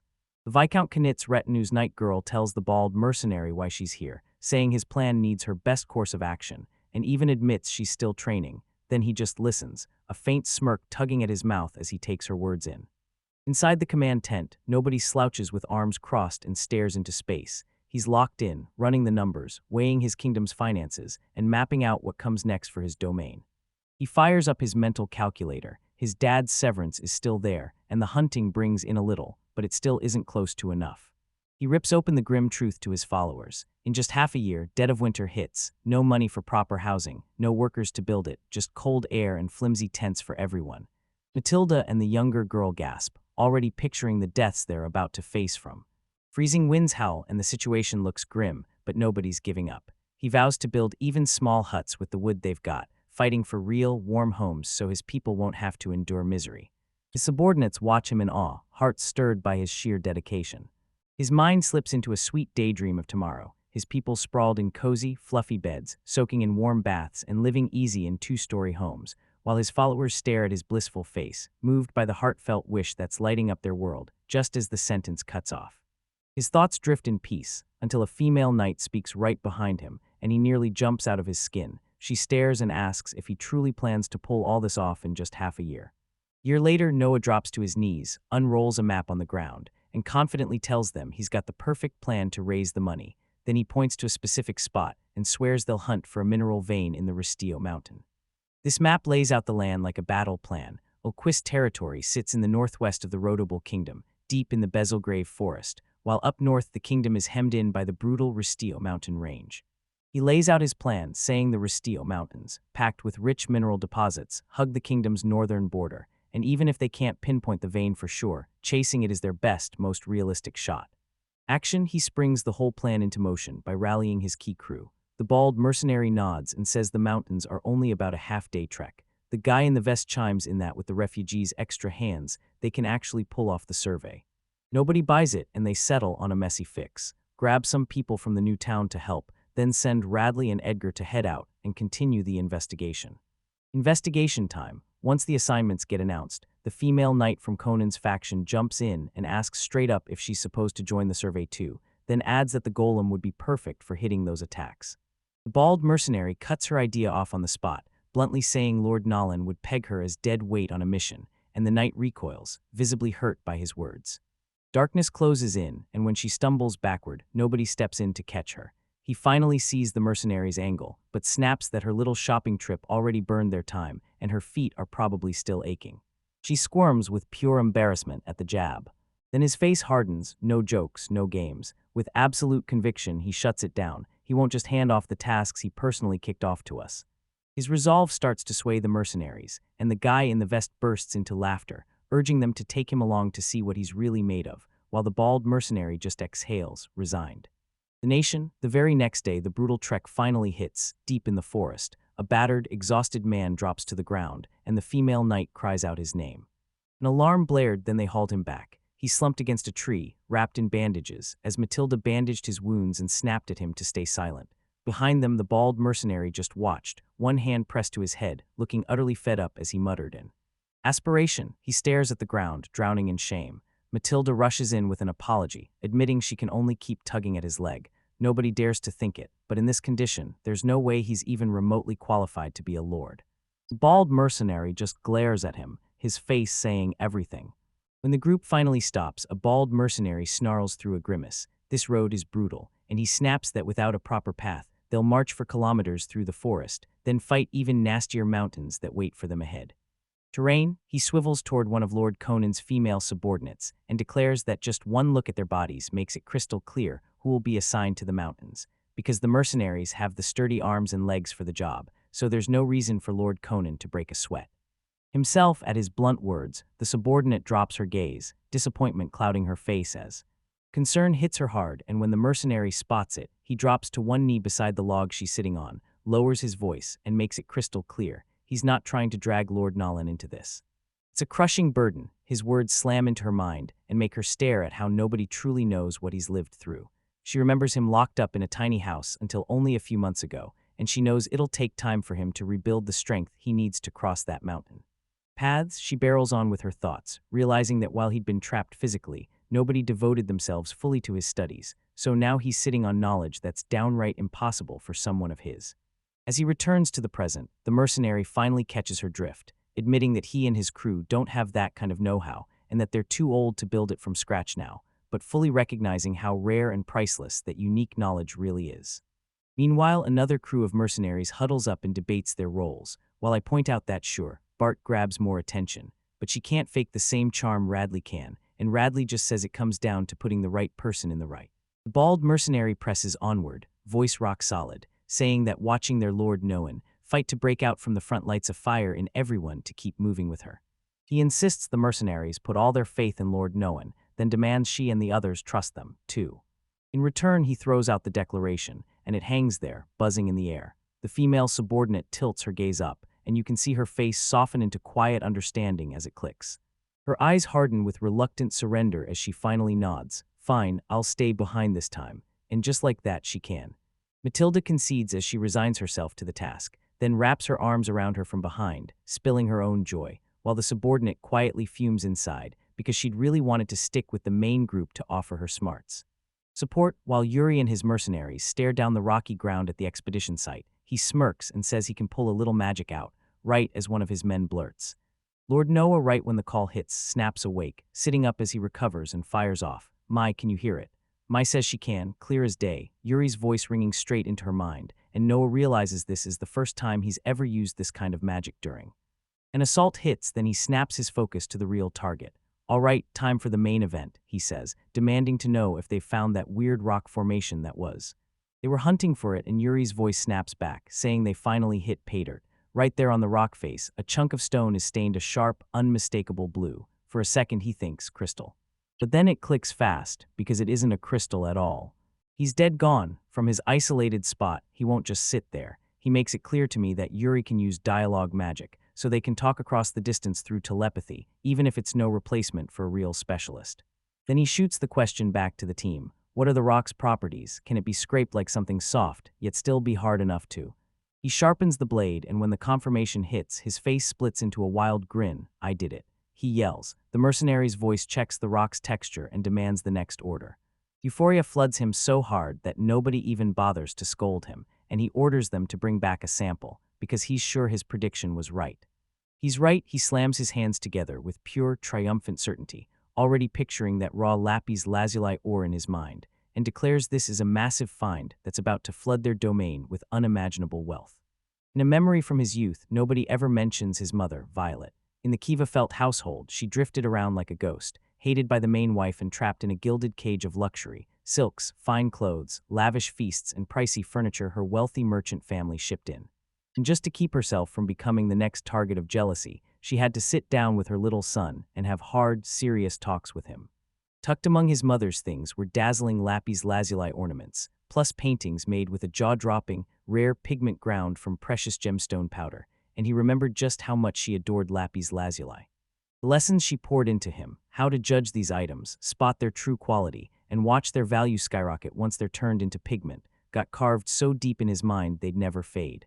He snaps back to the present and clutches a huge, gritty piece of that same stone to his cheek, letting out a bittersweet smile as he whispers, "Thank you," to his mother, because the brutal days he survived now feel strangely precious. He whips around to Matilda and Mai, face full of apology, and says, "Sorry for freaking you out." Then a confident grin hits as he holds up the lapis lazuli and assures them, "See. With this, your development funds are safe, so you don't have to worry anymore."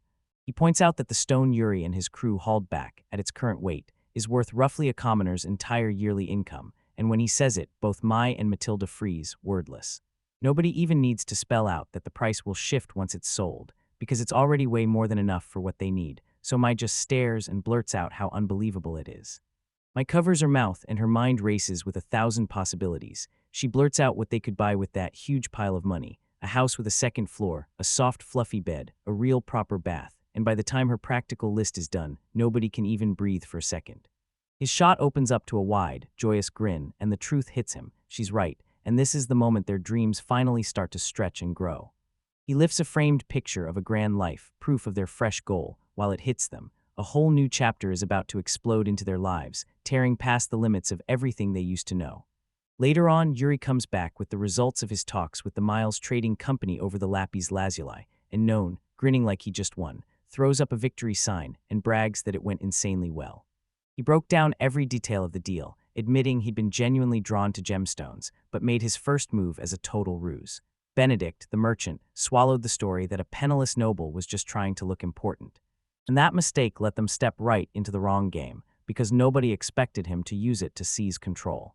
The merchant couldn't help staring at the lapis lazuli, but the moment he realized he didn't know how to properly judge its value, his thoughts spiraled into price guesses, raw stone versus polished, and he never saw it coming. That exact kind of pondering was the trap no one else meant to set, and it stalled the chance at a quick, greedy lowball offer. With a confident grin, he snapped the merchant's guess in half. He wasn't there to buy, he was there to sell. When Benedict realized the man actually had the very lapis lazuli they'd been talking about, shock hit hard, and once the bargaining swung to his side, the deal closed fast. From that moment on, everything clicked, no bumps, no drama, and the raw stone got sold for a seriously impressive price. He didn't stop with that plan. He huddled his crew and told them he'd already talked to Viscount Konitz, who then hooked him up with a mining technician. Hearing that, I couldn't help but wonder if it really was smart to pull the Viscount into so many corners of their lives, especially when Matilda kept insisting she trusted her master's judgment.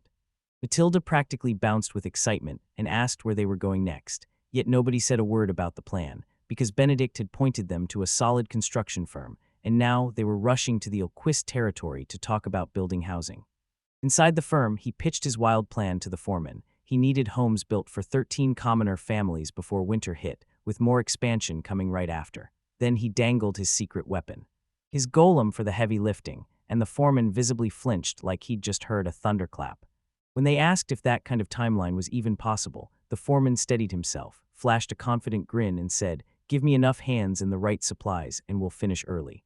He raised one sharp point. This project needed a dedicated supervisor. He thought he knew a candidate who was suddenly free, but the way he hesitated screamed that something was off with this specific person. He finally spills the truth about the supervisor everyone's been waiting on. No riddles, no hints, just a straight-up announcement. It's a beastman. Right after that, a powerfully built guy with sharp canine ears and a nasty scar down his cheek steps into view. Then the foreman hypes him up as Dimitri, one of his company's. As the foreman blurts out an apology, he admits it plain. Yeah, Dimitri is lightning fast and razor precise, but he's also infamous for being impossible to deal with. Nobody dares to interrupt him. And he doubles down, saying he's not chasing charm or friendliness. He just wants the hands of a real master craftsman. The Beastman steps up and doesn't aim his words at anyone. He asks for permission to speak, stunned that nobody treats a Beastman like him with prejudice or fear. He's like, "Why won't you talk to me?" But the answers never come right away, and Dimitri's sure assumption is totally wrong.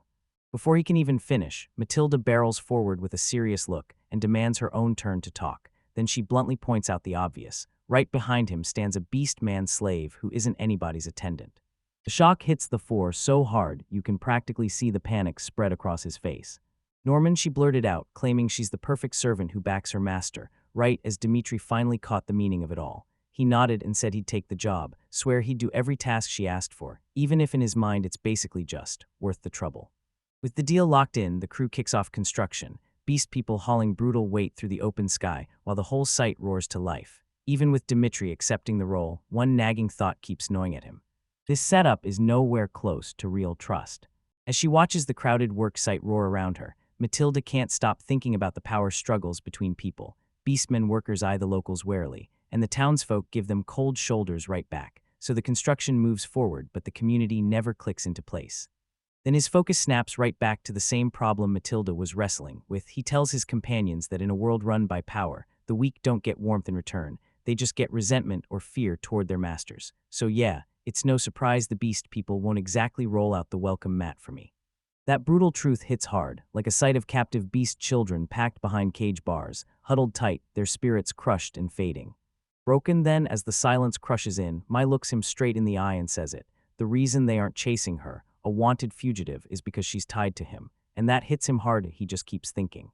Matilda's smile flips into playful menace as she turns to Edgar and the other beast people. Then she warns them, loud and clear, don't you dare scold her guests or hold back on hospitality. She even tells them she's already sung praises for his kindness to the world. With everything seemingly wrapped up, Ai's declarations are half done, and you can practically see Edgar's anger bleeding through. While the others just shrug and move on, nobody asks what's really left. They only assume Edgar wants the artisans to feel proud of the work they're pouring their hearts into. He stares up at the sky, deep in thought, wishing he could do something, anything, that would light up their lives with real happiness. Happiness finally clicks into place, so later, he marches up to Dimitri and shoves a basket of fresh bread rolls into his hands. The Beastman's supervisor stares at him like he's trouble in disguise, eyes narrowed, and demands to know what he's planning something, then grins and proudly holds out the basket, telling the artisans he brought snacks just for them, and he even singles out the potato and barley bread, swearing it tastes incredible. Later, the workers tear into the snack, buzzing about how Lord Noan has turned into the town's headline, showing up every day with food for them. One guy grins at the news, then the next one cuts in fast. Not everyone's buying into the gossip. Positive, Dimitri sure doesn't feel the same. He snaps at Noan on the spot, his voice dripping with rage, demanding whether he's really trying to tame the beast people with food like they're nothing but animals. Animals, his voice spikes with pure frustration as he snarls that beast people have pride, no matter how hard others try to look down on him, and when nobody even calls his name, Dimitri snaps forward and takes a huge, aggressive bite of Bread, yet not a single soul offers him a piece. He keeps his eyes locked on them, honest and fierce, and says it straight. Someone's race has nothing to do with whether they're working. His words hit hard, hanging in the air as Dmitri, the beast man's supervisor, slumped in stunned silence. I watched too, my container of food still clutched in my hands, feeling the moment's weight crash down on me.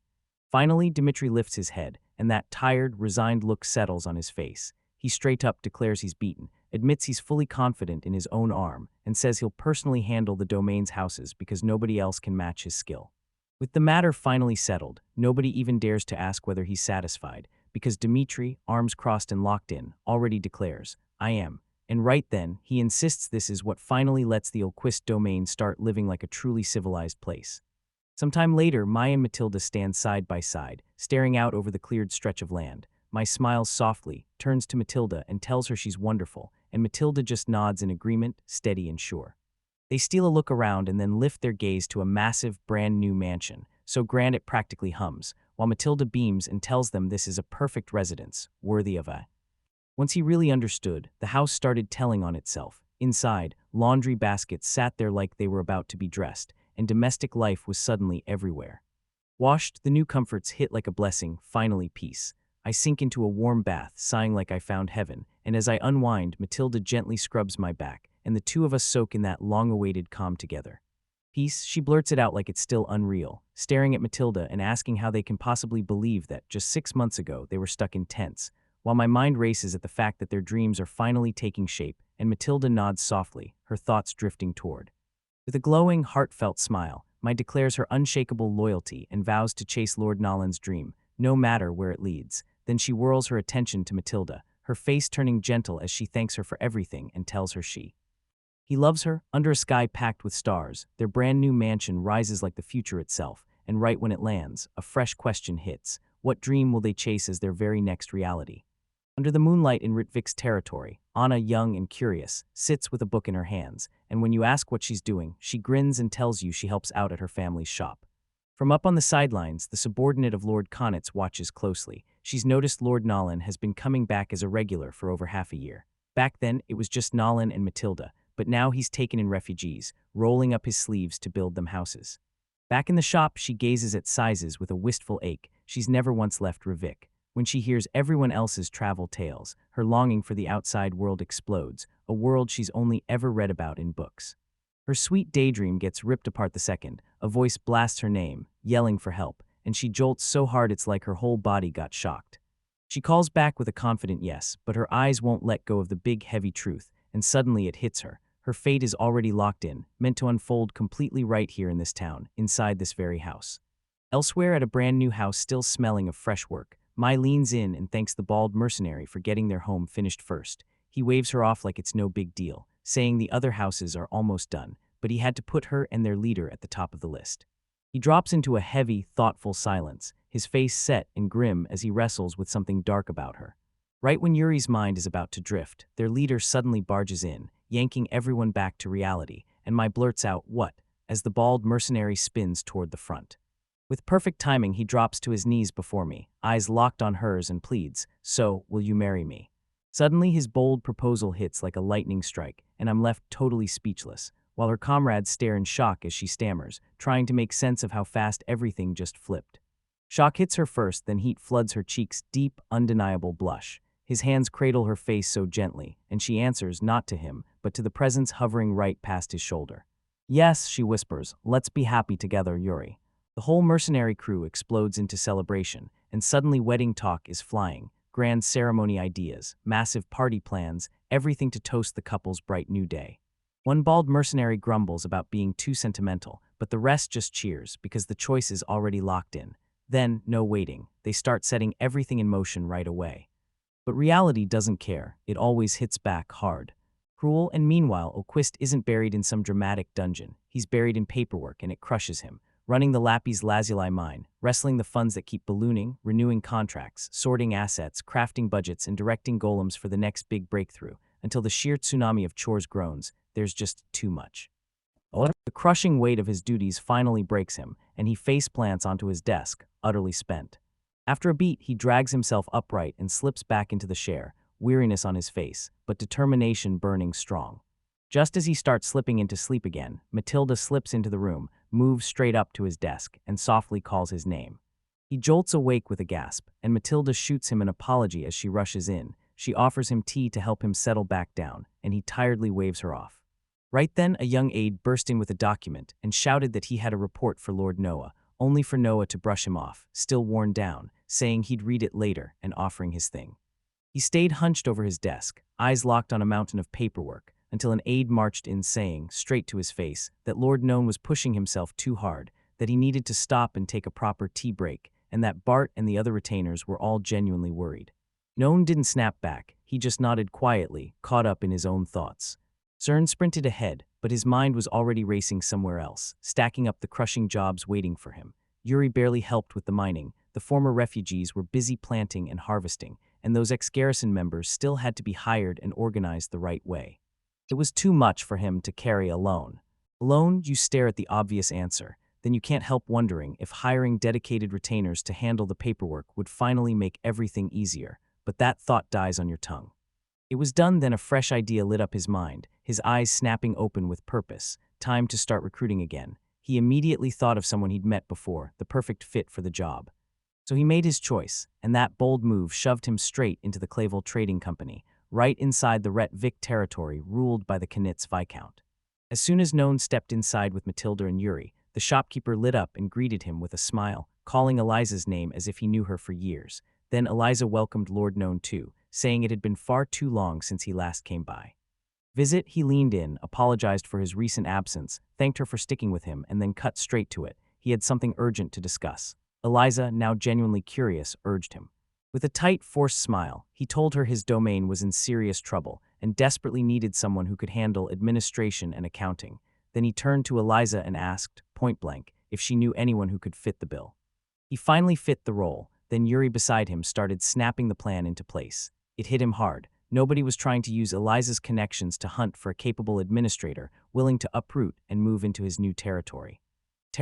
Eliza weighed his request, then locked onto the rules. She figured capability was the only real requirement. Age, gender, race, and where you came from meant nothing.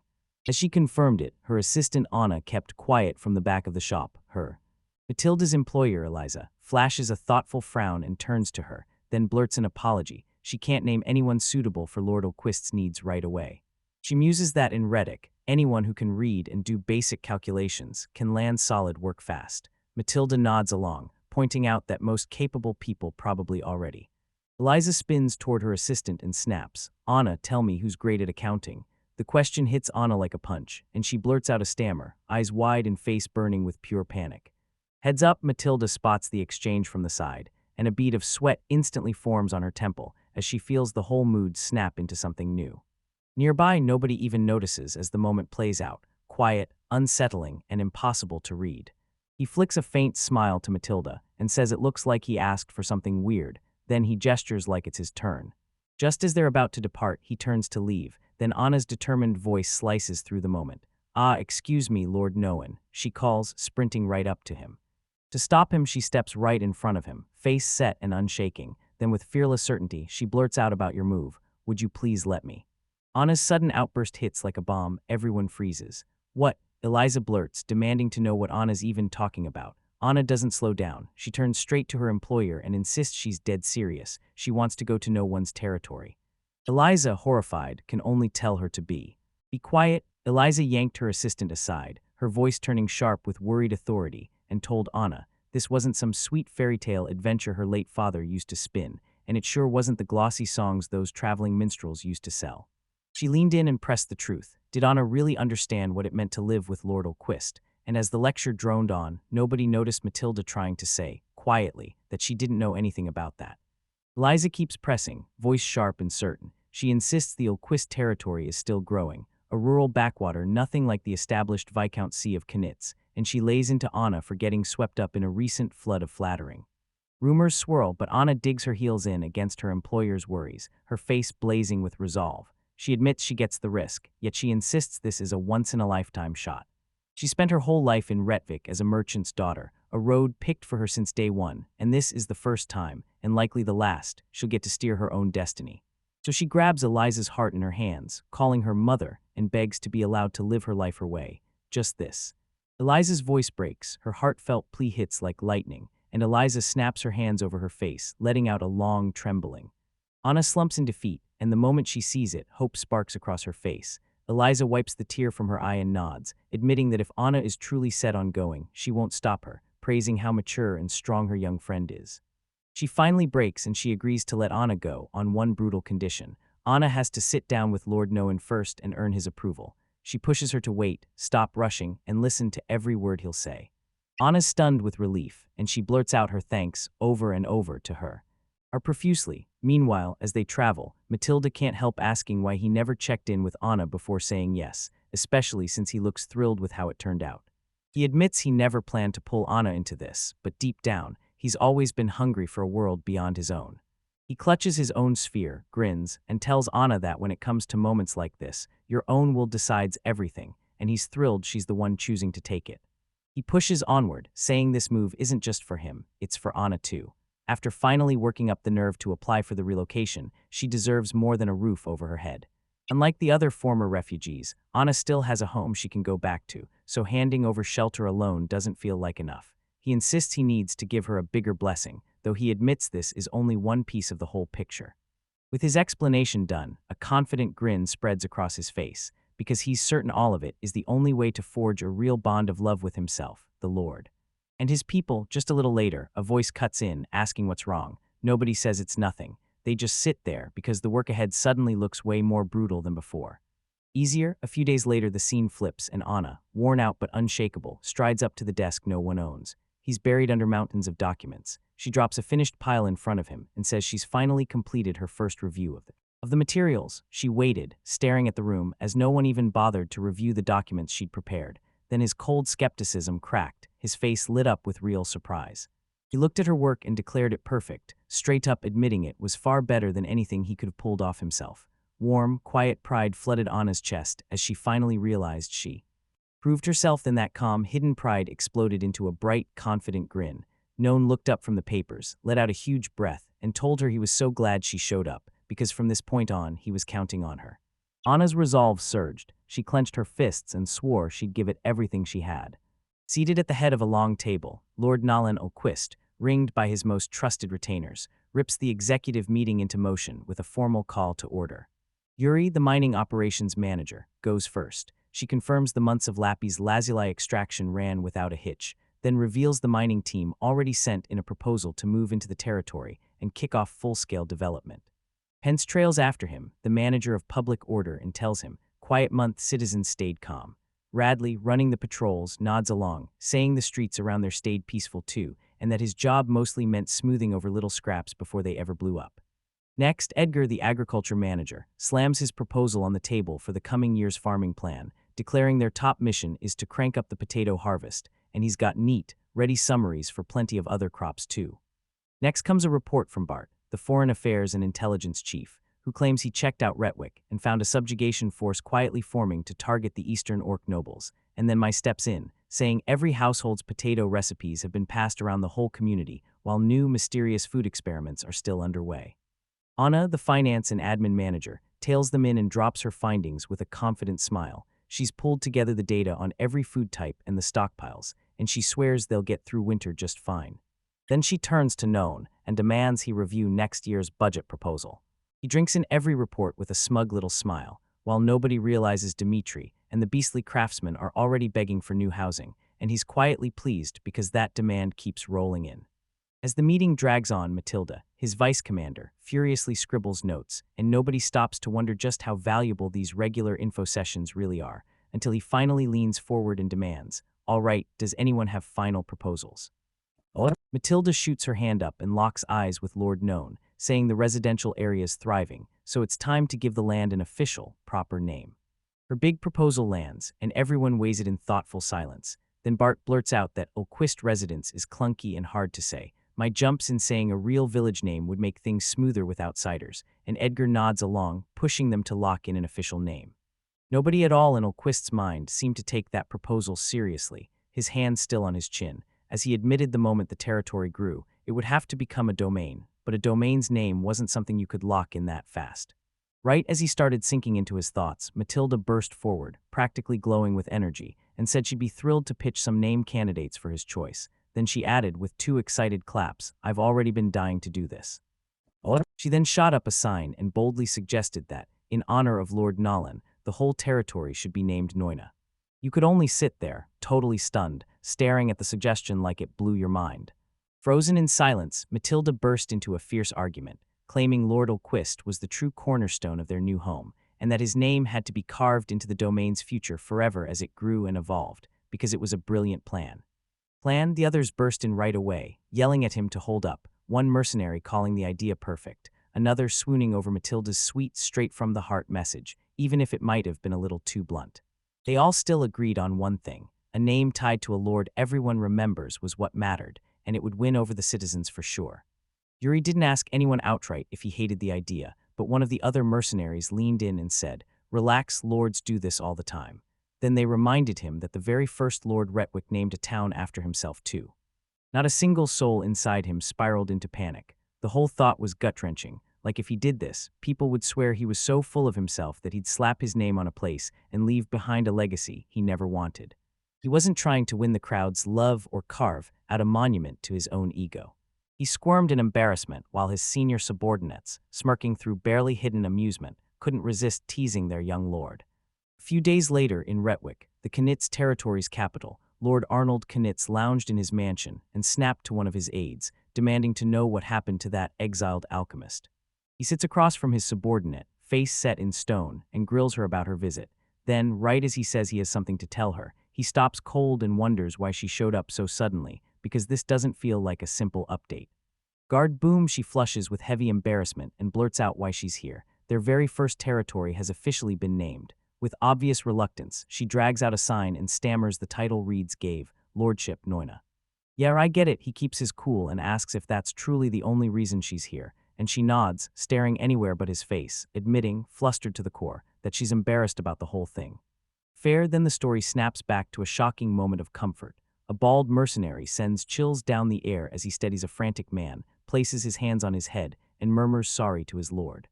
In every corner of those territories, their feelings ring out like a shared heartbeat. Ever since Lord Nolan stepped in, they swear he handed them a brand new way to live and lit hope again when everything was at its darkest. And the gratitude hit so hard they didn't argue for a second. They all agreed the land would carry his name. His name, yeah, that one. Back in the present, the subordinate blurts out that the retainers insisted on it, and you can practically feel Noan's mortified reaction as the memory hits. Lord Conan watches, a sly little smile tugging at his lips, laughing under his breath at how childish Noan looked. Then he cuts off, like he's about to say something important, that it's a good. Name smiles wider, clearly loving the chaos, because yeah, he's grown up and he enjoys teasing people, and then his subordinate explodes, screaming that she's being mocked. She huffs, fuming like a storm brewing, and right then her light-haired colleague strolls in with a bright grin, asking if her report's finally done. The flustered subordinate shoves her off, snapping that it's fine now. Out in the distance, nobody's walking near the main. She spins to leave, cheeks still blazing, and shoves her colleague to hurry, rushing back to Nolan while she blurts that she can't stop wondering if the celebration plans are already in motion. It's underway, yep, her suspicions hit spot on, as the Lordship Noina Plaza comes into view in mid-December, packed with people and wrapped in festive banners, right there at the place where the Rydberg's biggest celebration is about to go. Kingdom, amid the roaring festival banners, they spread lavish feasts for everyone to feast on. While I watch, I spot something wild. Every household in the city is celebrating, but the villages have thrown their own grand banquets too.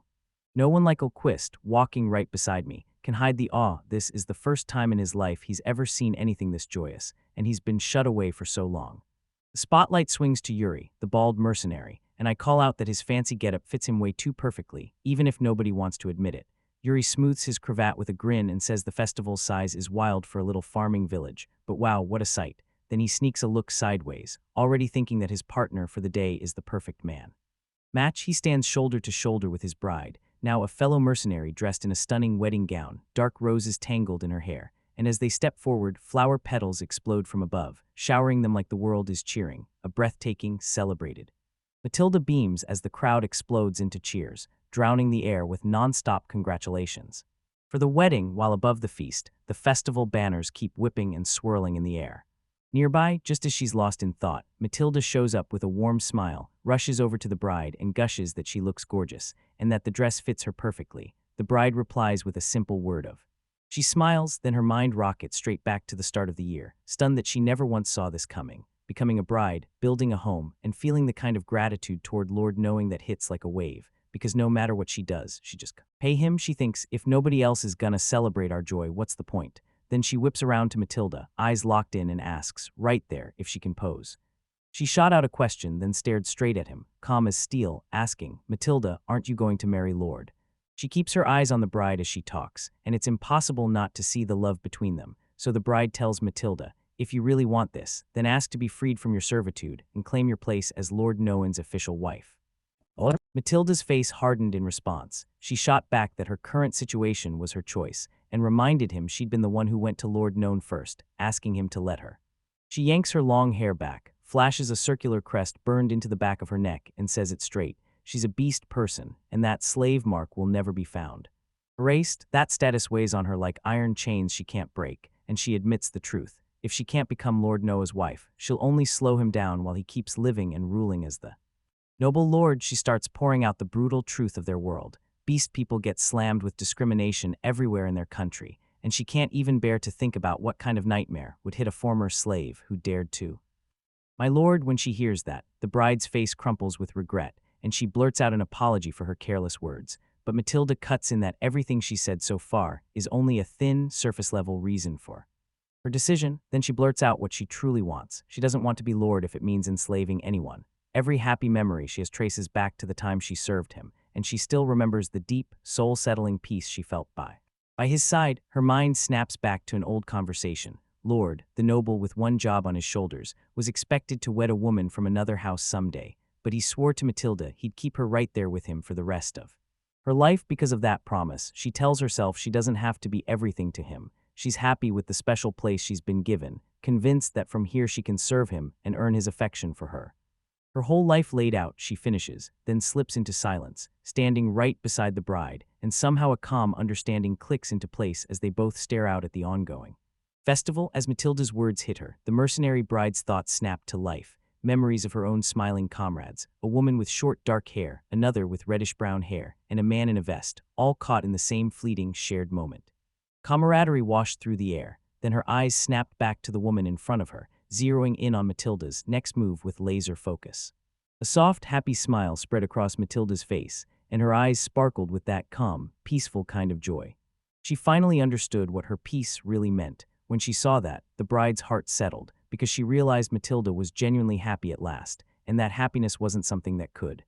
She didn't let it fade. Then she spoke up and admitted, straight to the point, that sure, their bond wasn't normal, but she loved it anyway. She made it crystal clear that Matilda's happiness was hers alone, and nobody got to butt in. And with one last breath, she wished them both could keep living together in peace. The people they love are left behind as time keeps sprinting, and in the year 221, the seasons finally flip. Winter's last days drag on before the snow melts off the mountains for good. Mountain peaks loomed as fresh trees pushed up from the earth, and one lone hooded figure marched deeper into the wild. Spring was finally on its way. In the middle of a loud, bustling marketplace, a young guy with tiny horns crouches over a crate of fruit, wincing like it hurts, and he can't stop thinking about the same brutal truth. No matter how hard you grind to build a calm, perfect world, there will always be people who tear it apart. Clutching a dark, round fruit, he smirks like something's hunting him, thinking, how can a human heart be so messed up and still make no sense? Out of nowhere, a grip like iron snaps onto his shoulder. Lord Conan's female subordinate, eyes blazing with panic, swings around and demands he show her what he just stole. He'd snagged 3 dark, gleaming apples, like forbidden treasures hidden in plain sight. The thief jerks his head up, cheeks burning with shame, and blurts out an apology, admitting temptation shoved him off course, and that he knows exactly how wrong he was. The officer's voice turns ice cold, reminding him that no matter why it happened, theft is still a crime. He spills his desperation. Turns out he's Vindel, a newcomer who's only been in this territory for 2 weeks, and when hunger hit hard, weakness swallowed his will and his greed to survive took the wheel. Vendel offers the apples back to her, and after a beat, the officer whips around to a stunned, rabbit-eared shop assistant and declares, loud and clear, I'll pay for the whole thing myself. Then the shop assistant leans in and tells Vindel, in this territory, a system keeps workers fed, no one goes hungry. Shiri smiles and reassures him, you don't need to steal to survive. As the officials march out, Lord Konitz, his long-haired aide in tow, glances back at the kneeling man and warns him, Be smarter next time or you'll get burned. He strides up to his superior, clearly rattled, clutching his report for today's meeting, and blurts that this is all about the thief Vendel, while his colleague watches with a sharp, bright focus. The aide presses on with his report, spilling every ugly detail of Vendel's chaos, how he keeps wrecking lives every single day, using the wells out of turn, cutting in line for provisions, brawling with the other refugees, and even trying to grab their land, and he says the worst part is the one that has to be reported to Lord Noan. Meanwhile, Lord Noah and Olquist got the same kind of report from another subordinate. She said Vendel's interview, before he relocated, made him look cold, withdrawn, and painfully introverted. Noah ground his teeth with pure irritation, wondering if the whole real version of him was just an act. She admits the issues got so obvious she couldn't ignore them, so she confronted Vendel and warned him that his next transgression would bring direct judgment from the Lord, and even then, she confesses she never saw his stealing coming. As the aide keeps reading his report, the mercenary Chief Bart bursts into the room, declares he's here to the female officer, and calls her pants to her face, then slips out fast before Lord Noah. No one Bart wastes zero time, goes straight for the truth, and asks what's happening. He says he's heard there's a fight breaking out between refugees in his territory, and that Pence, the man tasked with keeping public order, should have been warned. Bart asks if this is about Vendel, and the aide nods, but Bart slams right over him before he can explain further. The report spells it out. Vendel grabbed someone else's farmland, and when the owner's daughter spoke up, he hit her and sent her crashing to the ground. In the next room, her grim subordinate snaps through her final report. She says she already delivered the message to Vendel, and that next time, the Lord himself will decide her fate. Her superior just gives a short, clear nod. Understood. But after the reports roll in, Bart and Pence, plus one more mercenary, storm into the village square and face Vendel head-on, and Bart just greets him coolly like, "Wow, it's been a while." Vendel snaps his glare up from the dirt and tells Pence, loud and defiant, "This is a misunderstanding, I'm not wrong." Then he insists he only took land that was uncultivated, so how could that be a problem?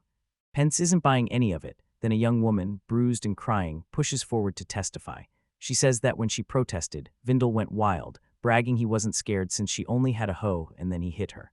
She looks Pence in the eye and swears there's no doubt, this is the truth. Meanwhile, Vendel's swagger starts cracking, and sweat pours in as his fate closes in. Lord Noah and Olquist stood there, staring into the distance, while his subordinate watched in silence, Noah's mind racing as he tried to untangle this mess, knowing his world was huge, but the kingdom's laws still had to be answered. Then his thoughts drifted to his father. Noah didn't want to seize power through fear, and he refused to let emotion steer the way his father once did. Vendel stands right in front of him, defiant, scowling like he's daring anyone to challenge him, while the victimized woman beside him trembles, and Bart just watches with a hard, grim face. Pence's report said the victims were too scared to talk, and now it all points to one thing: Vendel is behind the whole mess. Trouble, he keeps thinking it through. Vendel's excuses are paper-thin, but there's no real big, slam-dunk crime to pin on him. If he gets cornered and snaps, it'll only make everything worse. Now that Vendel finally admitted he was wrong, his attitude shift has to be met with a punishment that fits the scale.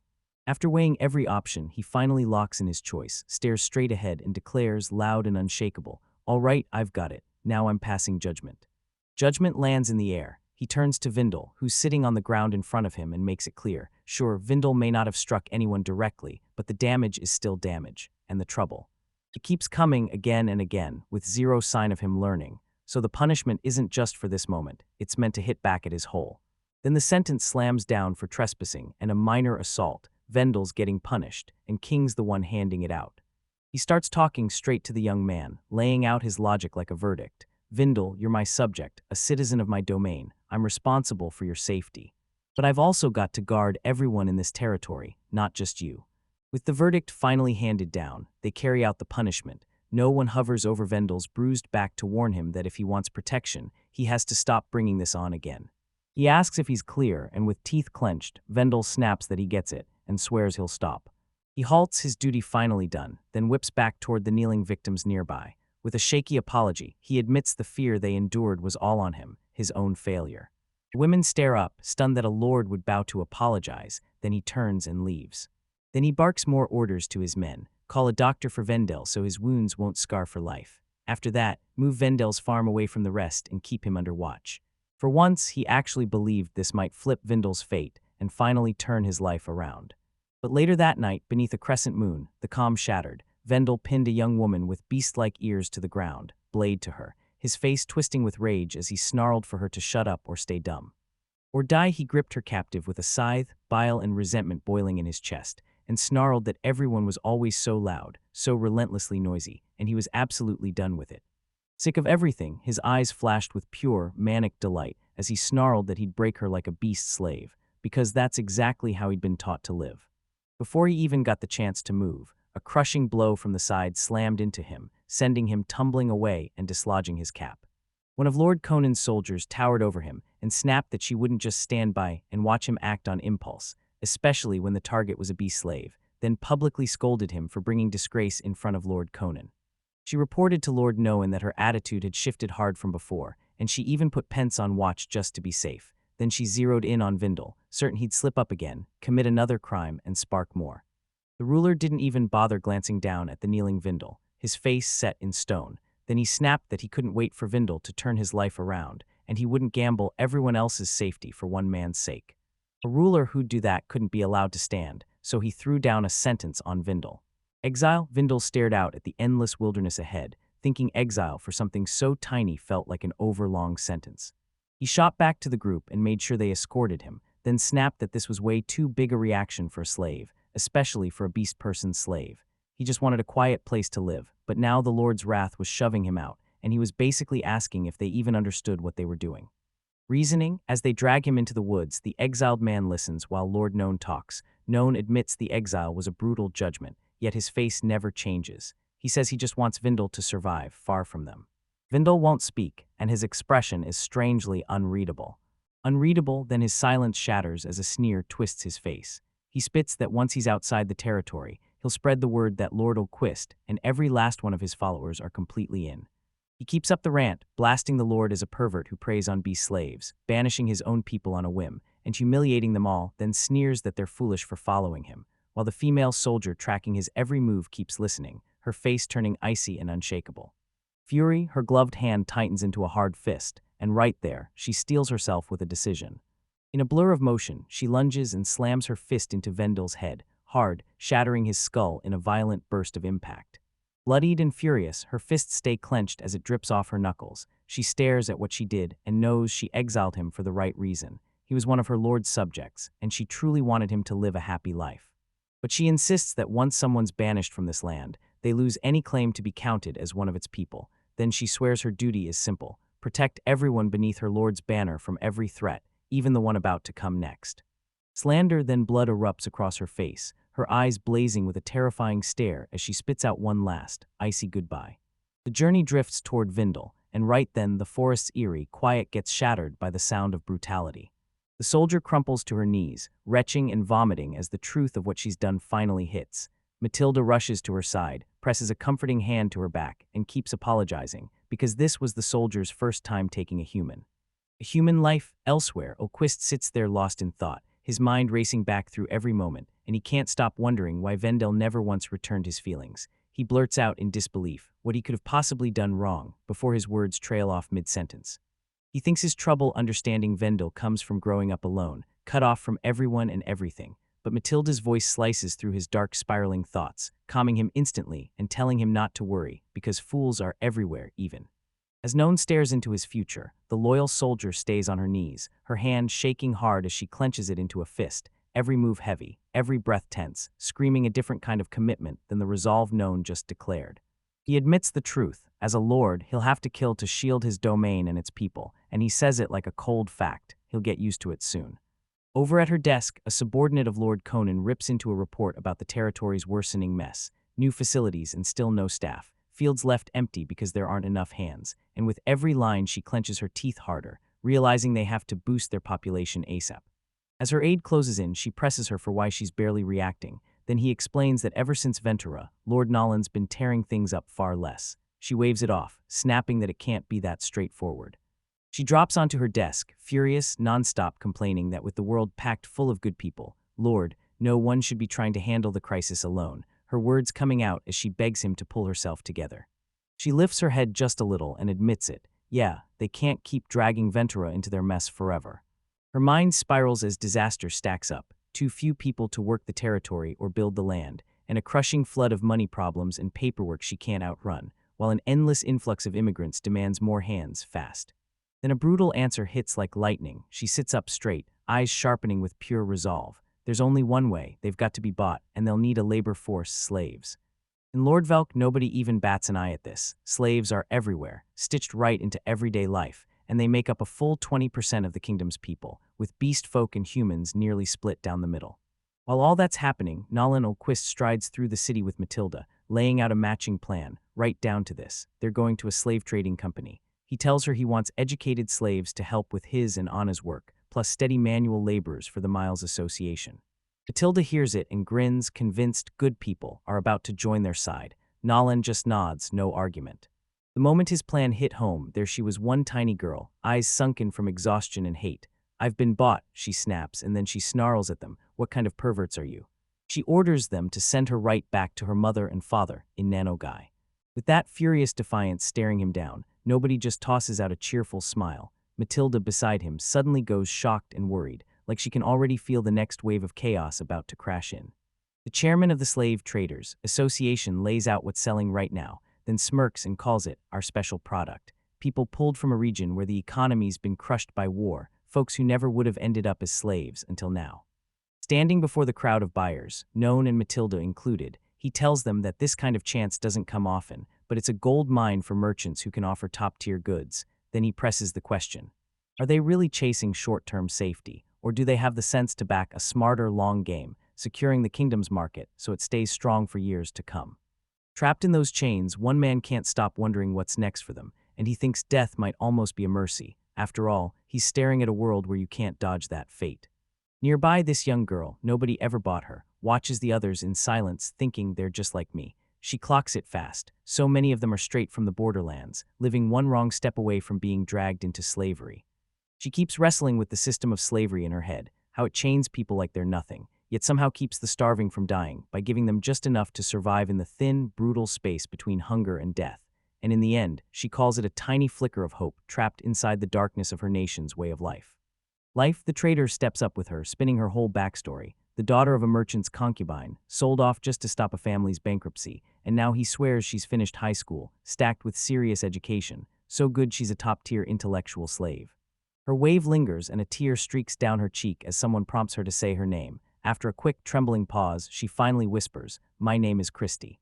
Later, in a fancy room inside a huge estate, the door gets kicked wide open by Pants. Christy stands there, defiant and razor-sharp as she snaps, "Release me, right now." Pence coolly shoots a question. Does the room they set aside for her really not suit her? And Christy snaps back that it's only common sense. Serving some penniless lord just isn't an option. Around them, nobody even bothers to ask Matilda whether she should teach the girl her place, and Matilda just calmly shuts it down, saying she's fine for now. Now her defiance didn't even slow down, anger burning hot as she snapped, demanding to know what kind of warped mind would send anyone into a remote nowhere, and what kind of administrative work he thought she could possibly be forced to do. He calmly told her he wanted her as an administrative aide, even admitting it would be a tough job in this backwater land, but Matilda cut in with a sweet smile, promising she'd take care of any kind of service, and telling him not to trouble Christy with those requests, leaving Christy flustered and blushing.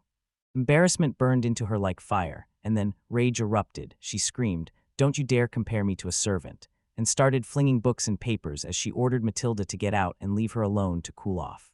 She snapped, furious to the core, scoffing at the whole idea, admin work, don't insult me like I'm a joke. Her shouts ricocheted through the residence, pure fury in her voice, as she snapped that she wasn't needed for this air. Even after that explosive outburst, Christy still wouldn't settle down. She slammed to a stop, but her rant kept roaring, seething over why she had to obey him, snapping that she'd been the one who helped the merchant in the first place. She insisted she handled the finance and administration, and the thought of serving anyone else felt completely unbearable. Unbelievable she'd had it. At last, she snapped at Matilda, who'd been sitting there silent, while Christy hissed that she was only getting in the way and ordered that lowly beast to stop acting like they were best friends. She snapped with her voice roaring at a fever pitch. She swore she'd heard a loud noise, jabbed an accusing finger, and demanded answers. Fed up, she finally cut through the chaos, saying she was sick of his pleasure-seeking land development and screaming at him to let it go. Later, when her outburst hit, a man with long, light hair nearby snapped up a strained smile. "That's me, Yuri," he said, introducing himself as the replacement, and then he asked politely if he was being discourteous.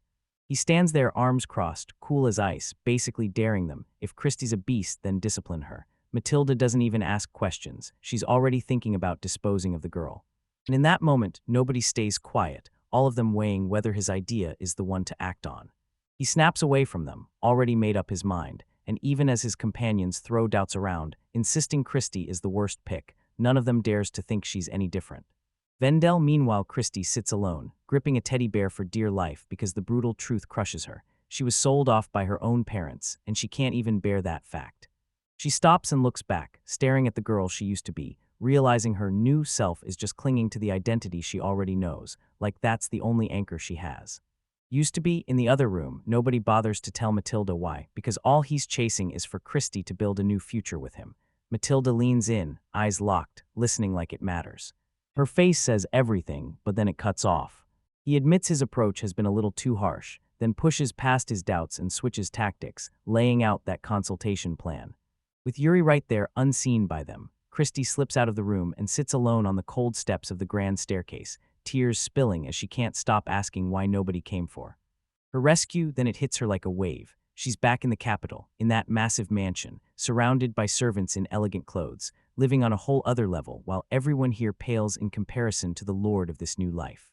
New house, back in the present, she snaps her hands to her head, drowning in despair. She can't help but think, where is everyone? Someone has to save me by now. Then a wild thought flickers across her mind for half a second, then the staircase goes dead silent. The moment she looks back, Christie is gone, and all that's left is a tiny pouch sitting on the cold stone. Steps through the black of the forest, frantic footsteps scream through the air as heeled boots slam down the dirt path, tossing up dust with every wild, rushed run. Each one drove forward with a fierce grimace, runners' faces slick with sweat and tears, her expression locked in desperate, unstoppable effort as she pushed on. All night long, Christie keeps moving, then finally stops. Her fingers clamp down on the tiny pouch she stole, and for one heartbeat she lets herself smile, thinking it's over. Those silver coins are right there, she tells herself, and that's got to be enough to drag her to the border, where she can finally escape. She begs to be free, and her mind snaps to the slave seal dug into her neck, the king's seal of Lord Belk. Once she crosses that border, she's sure the chains vanish, and with that freedom, she'll finally slither back into her true form.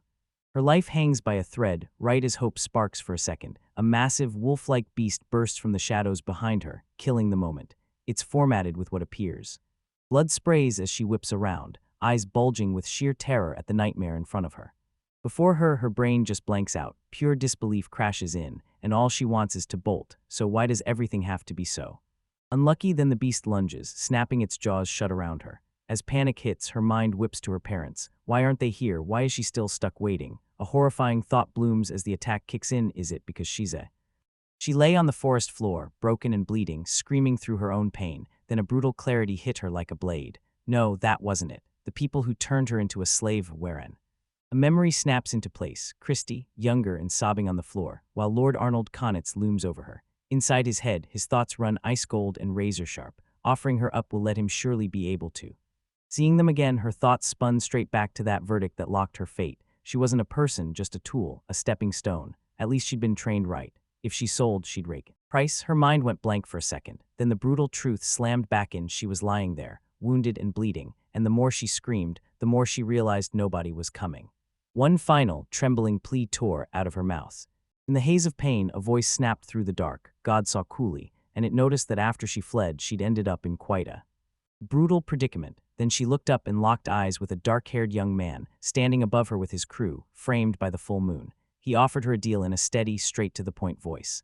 If she became his property, his slave, he'd save her. And then he hit her with a simple question that could change everything.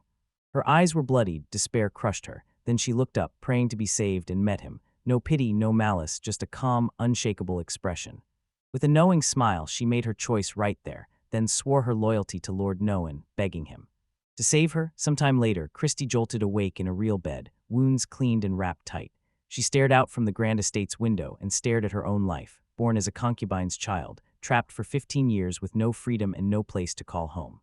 Her search for a place to call her own got cut off when Matilda slid onto the edge of her bedside, rabbit ears perked, as she confirmed this was all Lord Nolan's doing, not some noble's wild debauchery or cheap little plot. She kept going, admitting that Christie had hit hard times and ended up shackled as a slave. Then she dropped the bombshell that Lord Nolan came from the same rough past. Matilda leaned in and said the truth. Christie had one decisive edge Nolan didn't, and he'd have to accept it.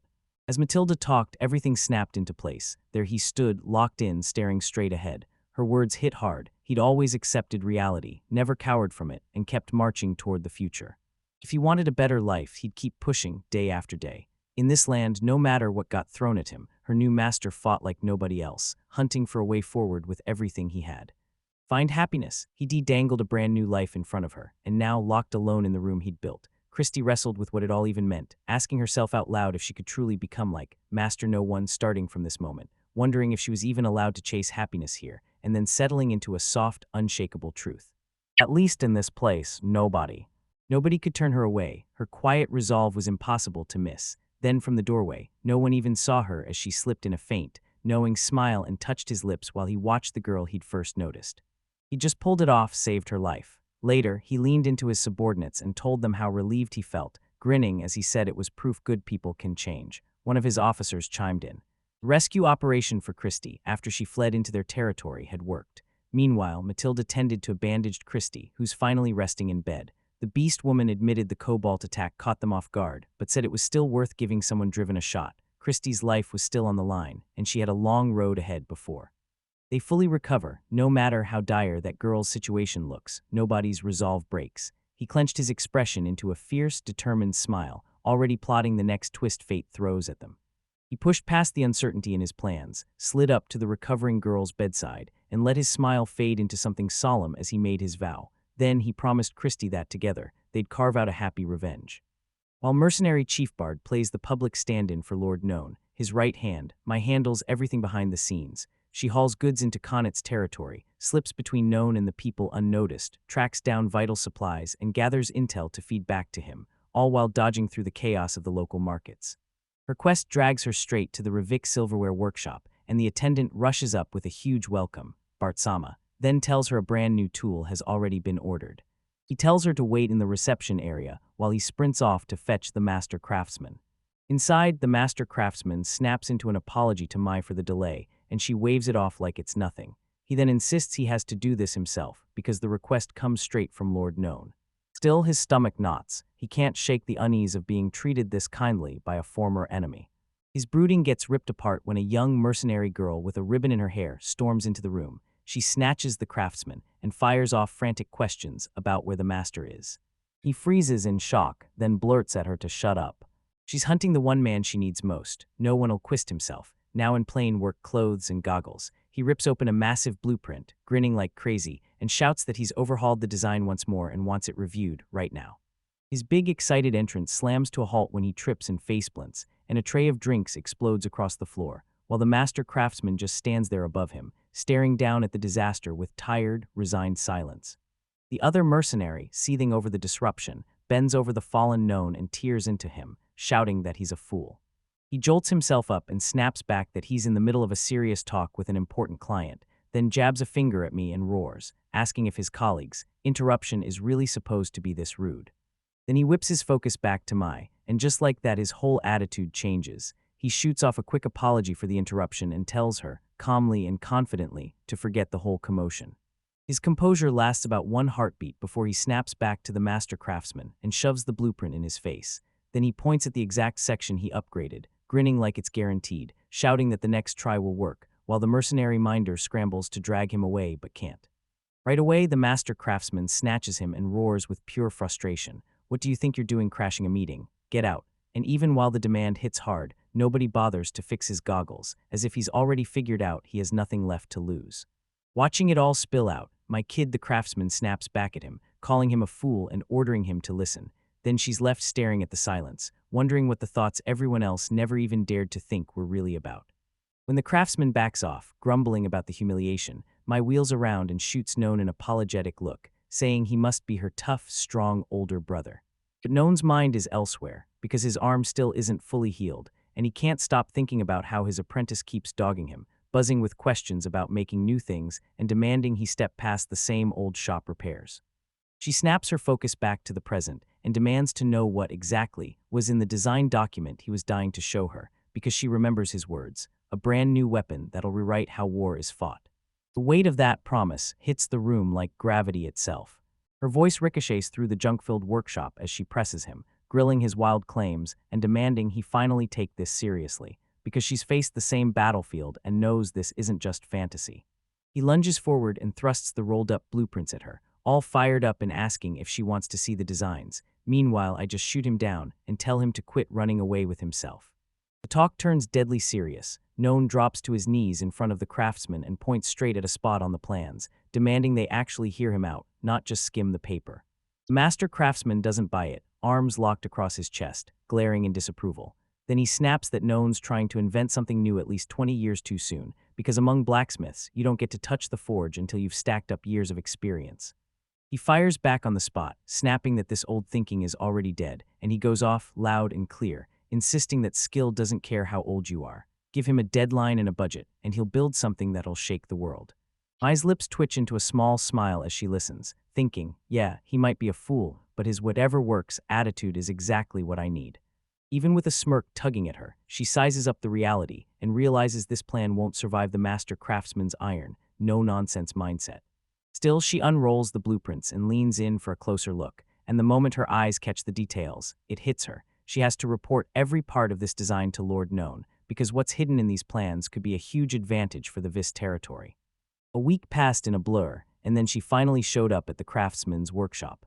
Inside the shop, I sat across from the master craftsman, while the young man she came to see hovered by the entrance, waiting for his moment. She kicked things off with an apology for dropping in so abruptly, but the master craftsman just waved her off and said she was always welcome. Then Mai snapped straight to the point, asking if he was here for anything besides farm equipment. She flashed a confident grin and told him Bard had raved about a killer blacksmith, so she wanted to meet him, and the moment she said it, the smith's face twisted with shock as he stammered, asking why she'd ever want to talk to that idiot. Idiot, she figured that even if he was nothing more than a dreamer, meeting him was still worth it. She kept going, saying it out loud, and once she confirmed she'd heard him, he didn't just sound like a dreamer, something was off. The flustered master craftsman blurted that he'd fetch him right away, because deep down he knew he couldn't refuse a command like that. Moments later, he came back alone, no one trailing him, already looking like he'd been yanked into this. Then a commander's orders hung in the air, and the young man, absolutely furious, finally introduced himself, Damien, a black. Right after the intro, Mai stepped up and asked the master craftsman, politely but firmly, to leave them alone. He scoffed that it couldn't be done, but she wouldn't budge, and with a reluctant sigh he finally agreed, convinced it would be a lot easier for Damien to speak freely without him. Once they were finally alone, he snapped and demanded to know what she really wanted, saying he had no business dealing with nobles, and my reply cut straight to the heart of it. I told her she already knew I'd designed a weapon, a brand new one that could rewrite war itself. She lit up, said she wanted in, and offered to let me develop it on her territory if I could hand over the details. His composure cracked the second he saw it, cornered, his face flushing with shock. Mai slid in close with a dazzling smile and asked, "So you'll tell me everything?" He stammers with pure excitement, blurting out an immediate yes to her request. Then I grin and ask if he's some kind of god, and she laughs, saying she loves his energy, but she just wants him to spell out the details of his project. His story kicks off with the brutal history of warfare, where archers are hailed as the battlefield's flowers, and their sheer numbers can decide the fate of a war. But here's the catch. Bow demands specialized skill, and even though magic exists, it can't reliably deliver the kind of wide, focused destruction you need. So that leaves a deadly gap, one critical vulnerability for any army. He breaks down why the archer unit is so fragile. Pulling a bow takes serious power and razor skills. So fast, non-stop volleys are brutal to keep up, and even a single sword swipe landing on them can knock an archer out for good. So he's cooking up a new. He unveils the new weapon. He slaps down a razor-detailed blueprint of a mechanical bow strapped to a stock, and then he grins. I call it a crossbow. Claire, he leans in, calling it revolutionary. With just minimal training, it's a weapon that could let a child kill a knight. My eyes snap wide as she realizes what that really means, a weapon where you just point, pull the trigger, and it fires in. The strategic value is insane. If they could actually manufacture a weapon like that, even one tiny village would suddenly have a war-ready force that can't be ignored. Her mind whips from the weapon to the man who built it. How did he learn all this? Worse, she realizes that knowing how to make the thing instantly paints him as a threat, a wild card inside the cutthroat world of nobility. As she spirals in thought, nobody even says the truth out loud. He hasn't properly studied the design documents at all, and he's only got one rough prototype, something he can't even improvise into working. Proof, she stares him down, demanding what she'll do now that he's given her this information, and he whirls away with a tight, tense look, asking if she's finally going to. A faint smile flickers at her lips. After she studies those meticulous blueprints and listens to his explanation, she can already see huge potential in the design, certain that with a tight, focused push on development, this crossbow can be turned into something practical and mass-producible. He's left completely stunned by her assessment, and then she lays out her formal offer. She'll welcome him into her domain. She'll provide the workshop, plus every tool and material he needs to build and grow. And she declares he'll work for her as a blacksmith, but there's one condition. Every single ounce of his effort must go exclusively into forging her weapons. 2. Development, he leaned in as I laid out her offer to him, promising that he'd become the first blacksmith in her territory, handling the everyday repairs of weapons and keeping her soldiers' gear in top shape. But then she hit him with one deadly condition. He'd have to lock in a fixed slice of every day to forge new weapons, and once that was crystal clear, she asked if he would accept such an arrangement. Instead of a single word back, nobody threw their arms up in that wild, silent joy. Mai just watched his unstoppable celebration and asked, Are you listening? She caught herself thinking that, yeah, he liked to show off, but deep down, he didn't feel like a bad guy at all. With a quick, stylized little aside, she and another mercenary shot each other a look and agreed.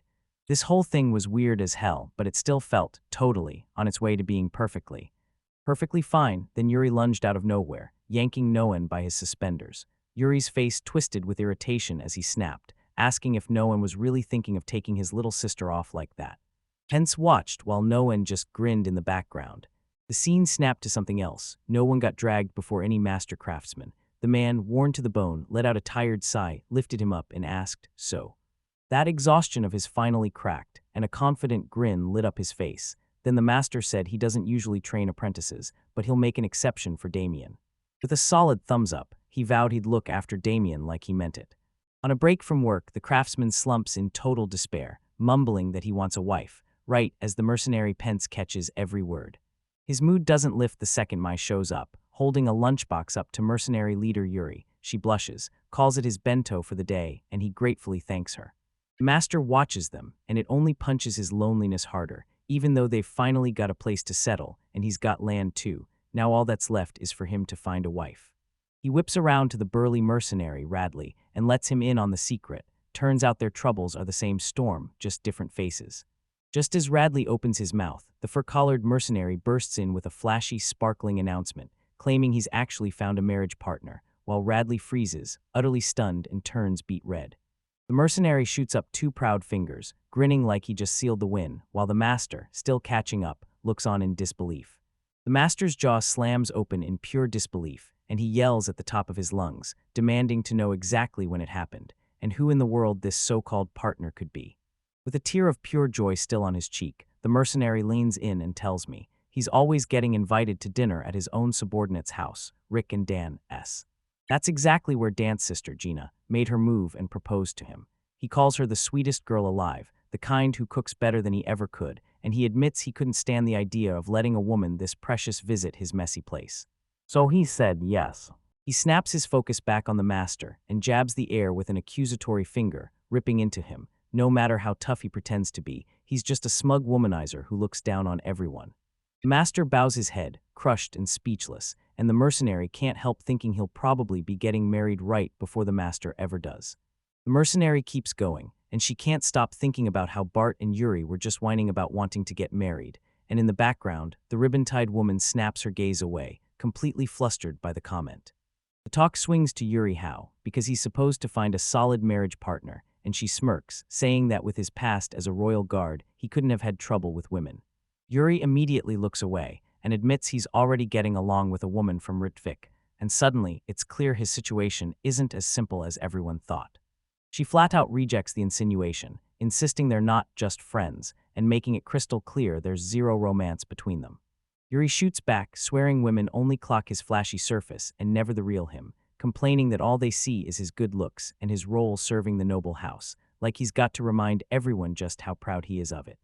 Her face tightens with fierce determination. She vows that he needs to meet a woman who'll adore him for who he truly is, and she's praying they collide into fate, fall for each other, and end up together forever. Her outburst throws the other mercenaries for a loop. One mutters that if she wants some pretty, flowery story, she should just have Bart spin one himself, grumbling that it's a pain to get dragged into it, while the other reminds everyone that Bart's already supposed to be getting married in just a month. Penn strides off, convinced this is the perfect chance to bring up the whole thing with Bart when they meet, until a voice snaps her out of it and calls her name. She spins around and spots the mercenary, his ribbon fluttering like it owns the place, while a slightly annoyed Yuri stands right beside her. The woman leans in and asks Pence if he's heard the rumor about Bart, because somehow he's acting way too cheerful. And just like that, Yuri whips around and dramatically tells his stunned comrades, "I finally found my fated partner." He admits he's been working in Ritvik for the past month and met her there, calls it a long story, but swears it's the absolute truth. Yeah, then his buddy keeps badgering him for details, demanding to know what kind of woman he likes. Yuri taps his chin like he's thinking hard, and when he says someone like a nun, the woman nearly blows a gasket.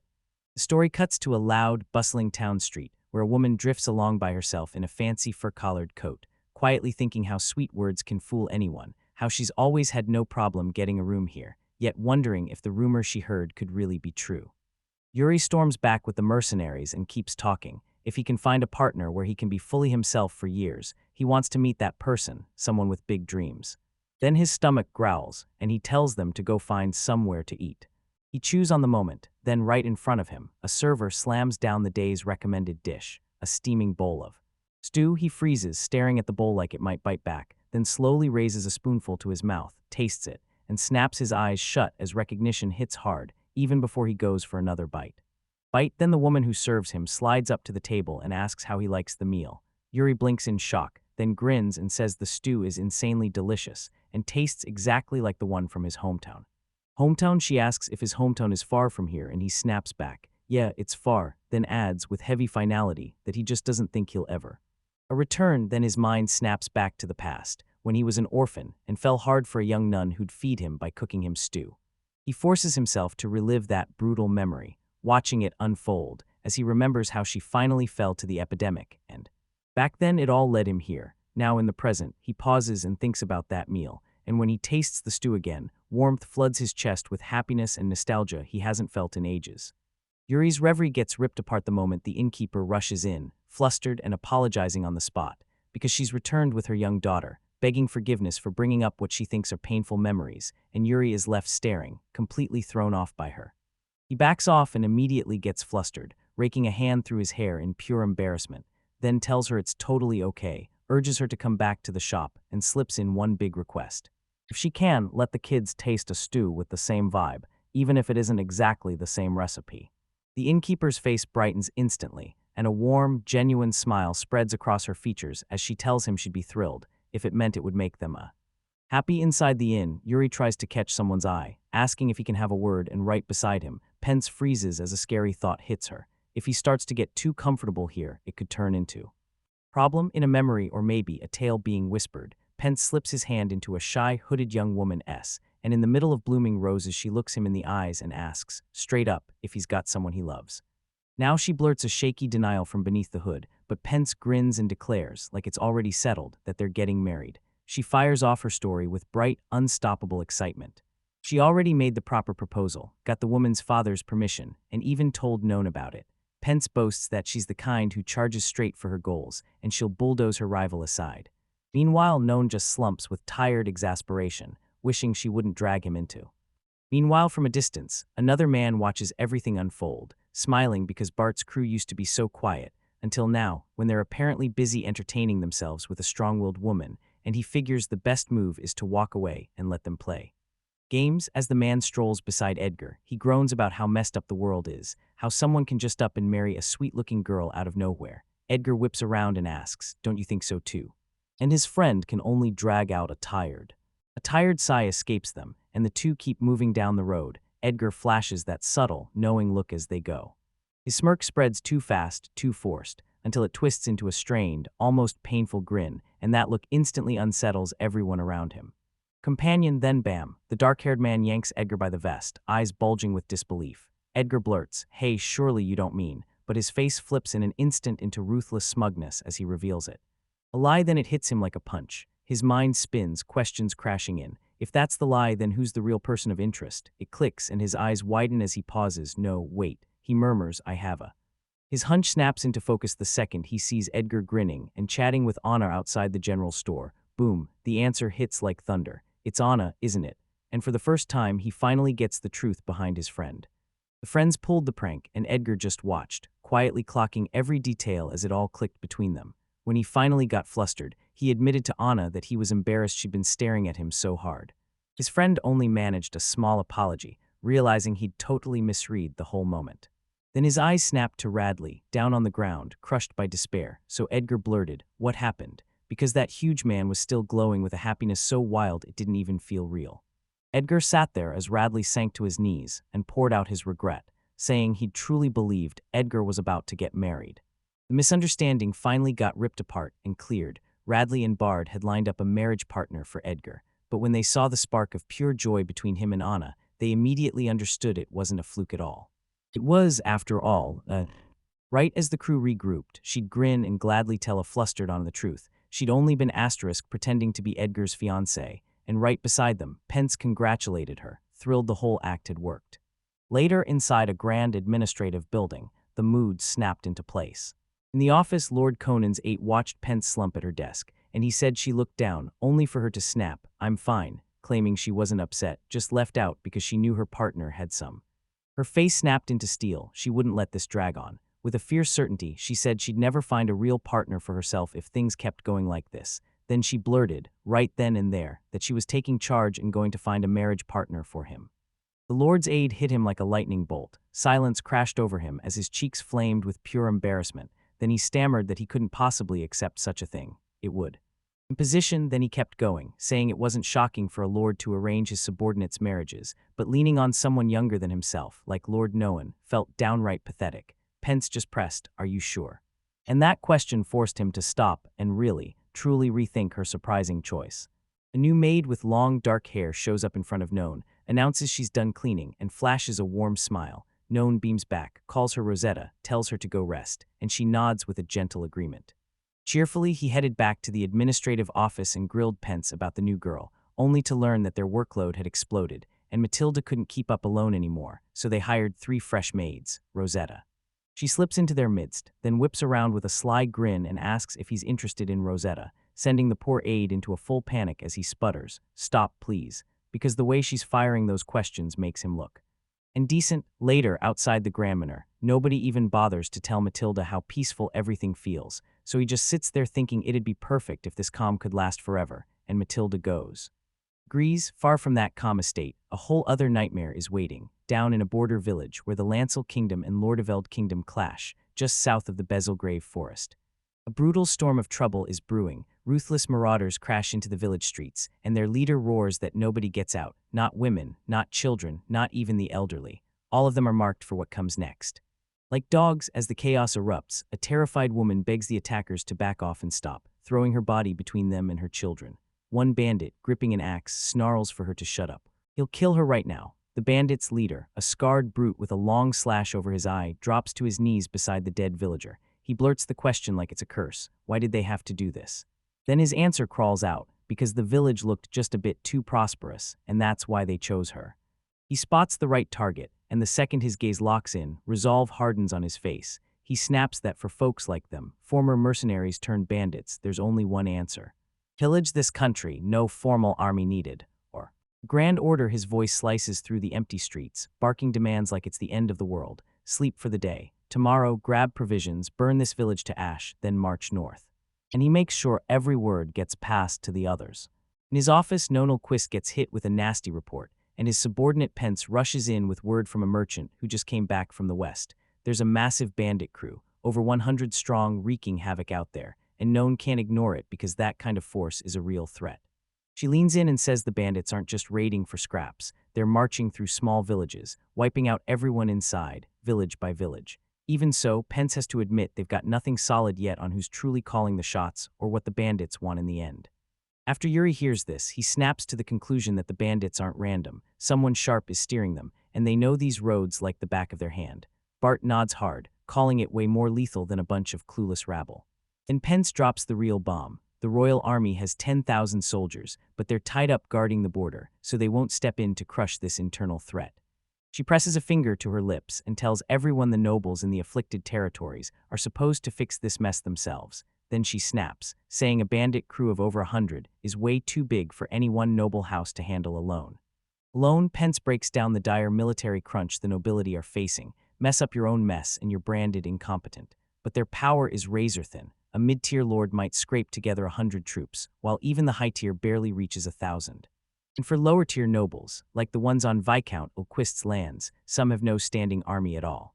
While the kingdom drags its feet and refuses to move, the local lords are getting picked off one by one. Pence can't help but wonder if it's just bad luck. Then at the desk, my chime kicks in and flat-out warns.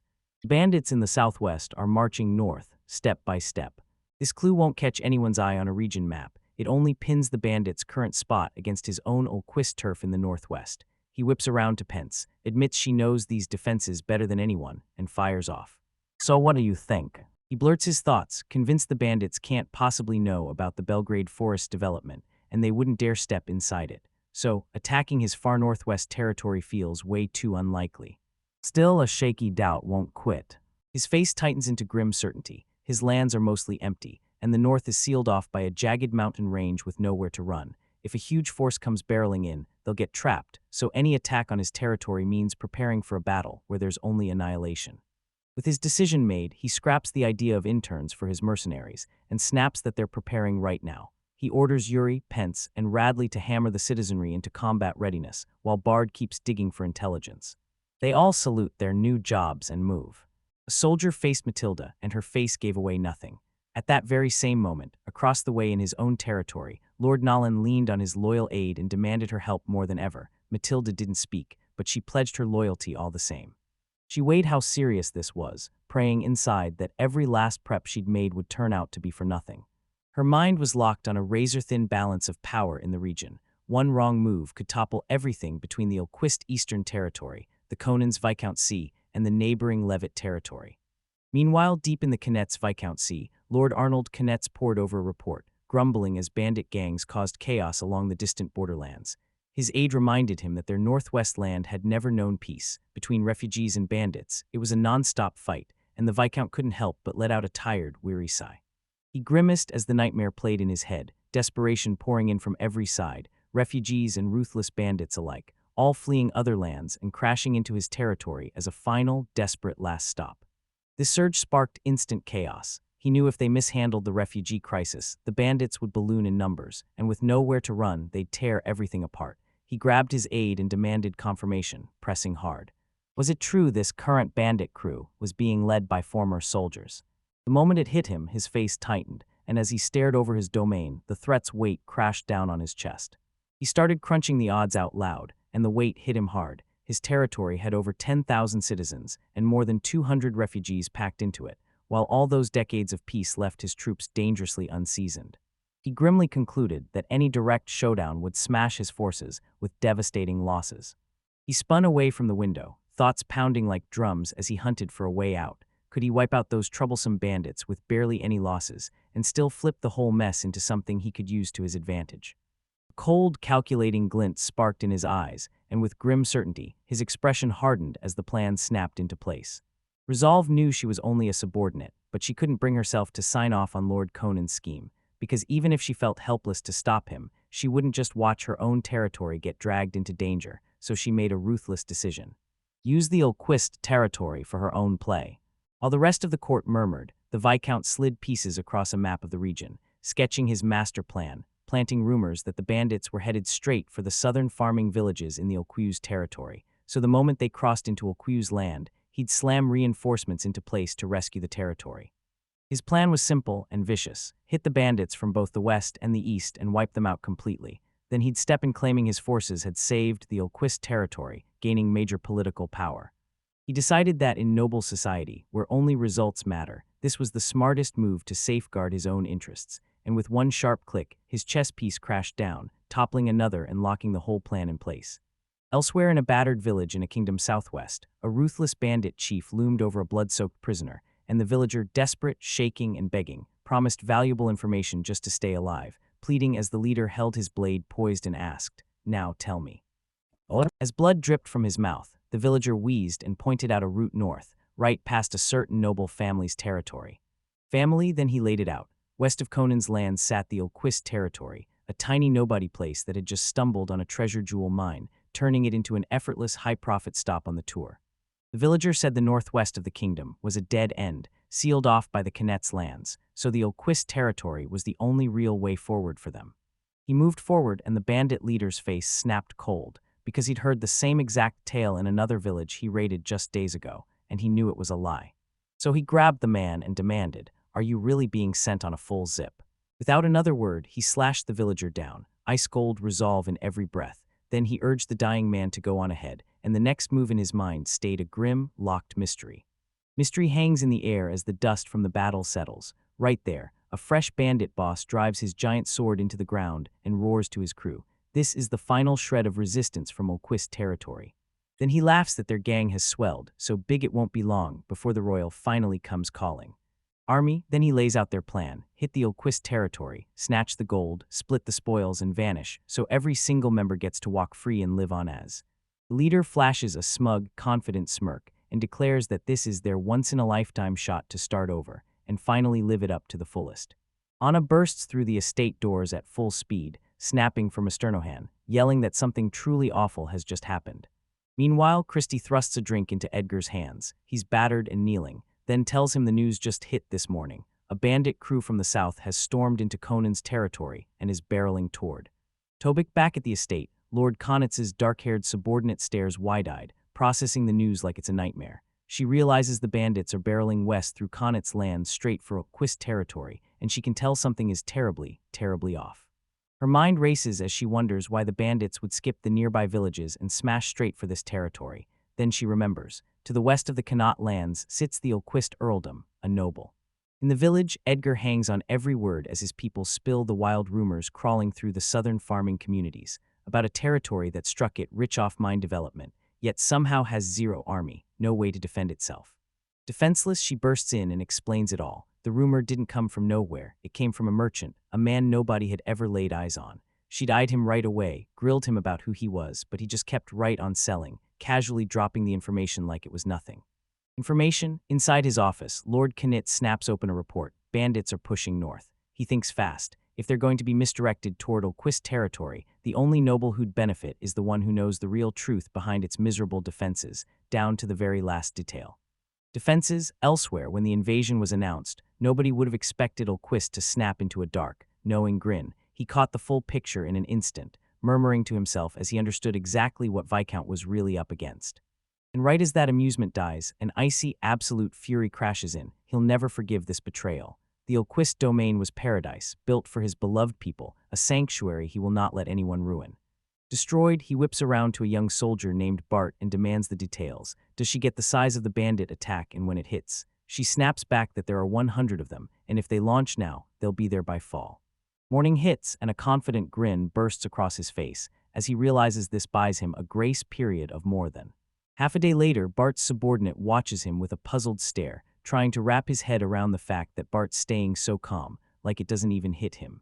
Rage still isn't done. Then he turns to his most trusted attendant, Matilda, and orders her to round up everyone for a meeting. She salutes his command without hesitation. Soon after, the key figures guarding and running the Ulquist territory huddle together in. In the main hall, no one sits at the head of the long table with a council at his side. Matilda, Yuri's mercenaries, Mai, Pence and Radley, refugee leader Edgar, shop assistant Anna, young strategist Christy, and the rest crowded in. The soldier bard steps in and locks the whole room with unwavering confidence, shouting that they're going to win, hands down. He fires off their advantages one by one. His golems are on their side, and they're fighting with the big bonus of being.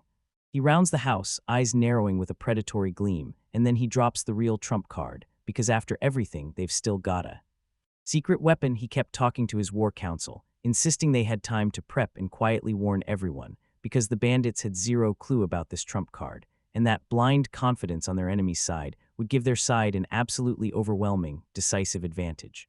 His grin flashed sharp and confident as he threw his arms wide, then leaned in and announced, practically savoring it, "All right, let's gear up for war." Once the word hit that bandits would strike in just half a day, panic and urgency rippled through the whole domain, so loud that right away, everyone started gearing up to defend the territory. Under the cover of night, the whole settlement went to work. Men heaved heavy timbers to lock down the wooden palisade, while torch-bearing guards kept their eyes peeled. And inside, mercenary Yuri and a soldier pored over their defense plans, with lamplight burning low. While the preparations dragged on, my plan laid out. That guy, who'd been holding an eye on everything with Matilda, watched as a tense crowd of villagers gathered nearby, mostly women and children, all of them waiting for my report as I delivered it to her. Her face stayed calm and professional, but one lone bead of sweat slid down her temple, like the weight of the whole moment was crushing her. Then she spun to Yuri and laid out the escape plan. Women and kids would vanish into the nearby forest, and if the men got crushed and the woods were breached, they'd bolt straight for Viscount Knit's territory. She handed command of the whole operation to Mai, and Mai snapped it up instantly, no second thoughts. Once my departure was over, Yuri pivoted to his fellow mercenary, Michelle, and asked, softly, but with steel in his voice, if she was scared, making her flinch a little. She flared up at his question, snapping that bandits didn't scare her, and that she'd already battled mercenaries, but she warned him not to underestimate her, and then confessed that something far worse was gnawing at her.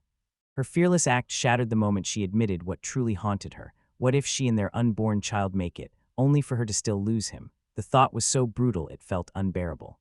With a firm grip, he yanked her into his arms, and his voice stayed calm as he reassured her, promising he wouldn't die and that they'd all keep living together. From the doorway nearby, nobody even watched as that intimate moment played out.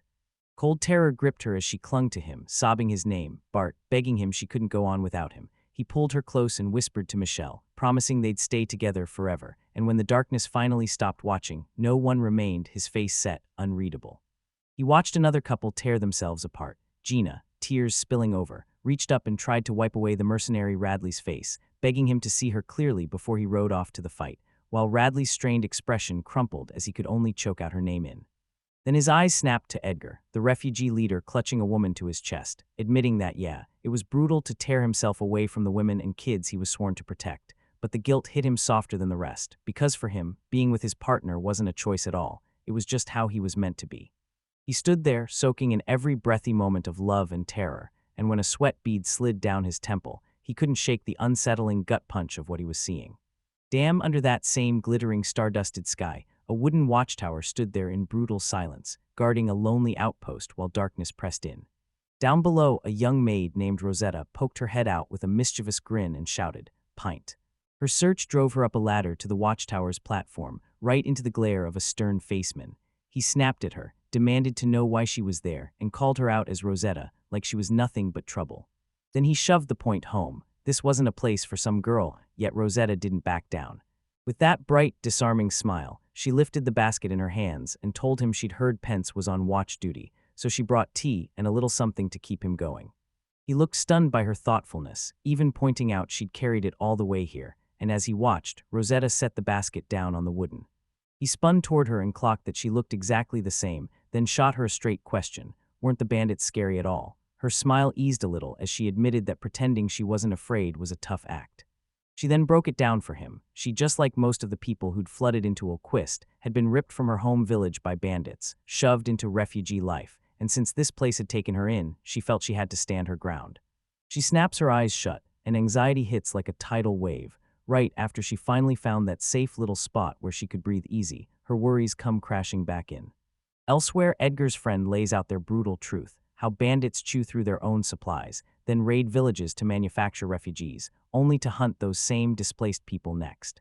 He spits that it's a disgusting story, but it's the one they've got. Then he vows to believe in, stand with, and support everyone, backed by the provisions.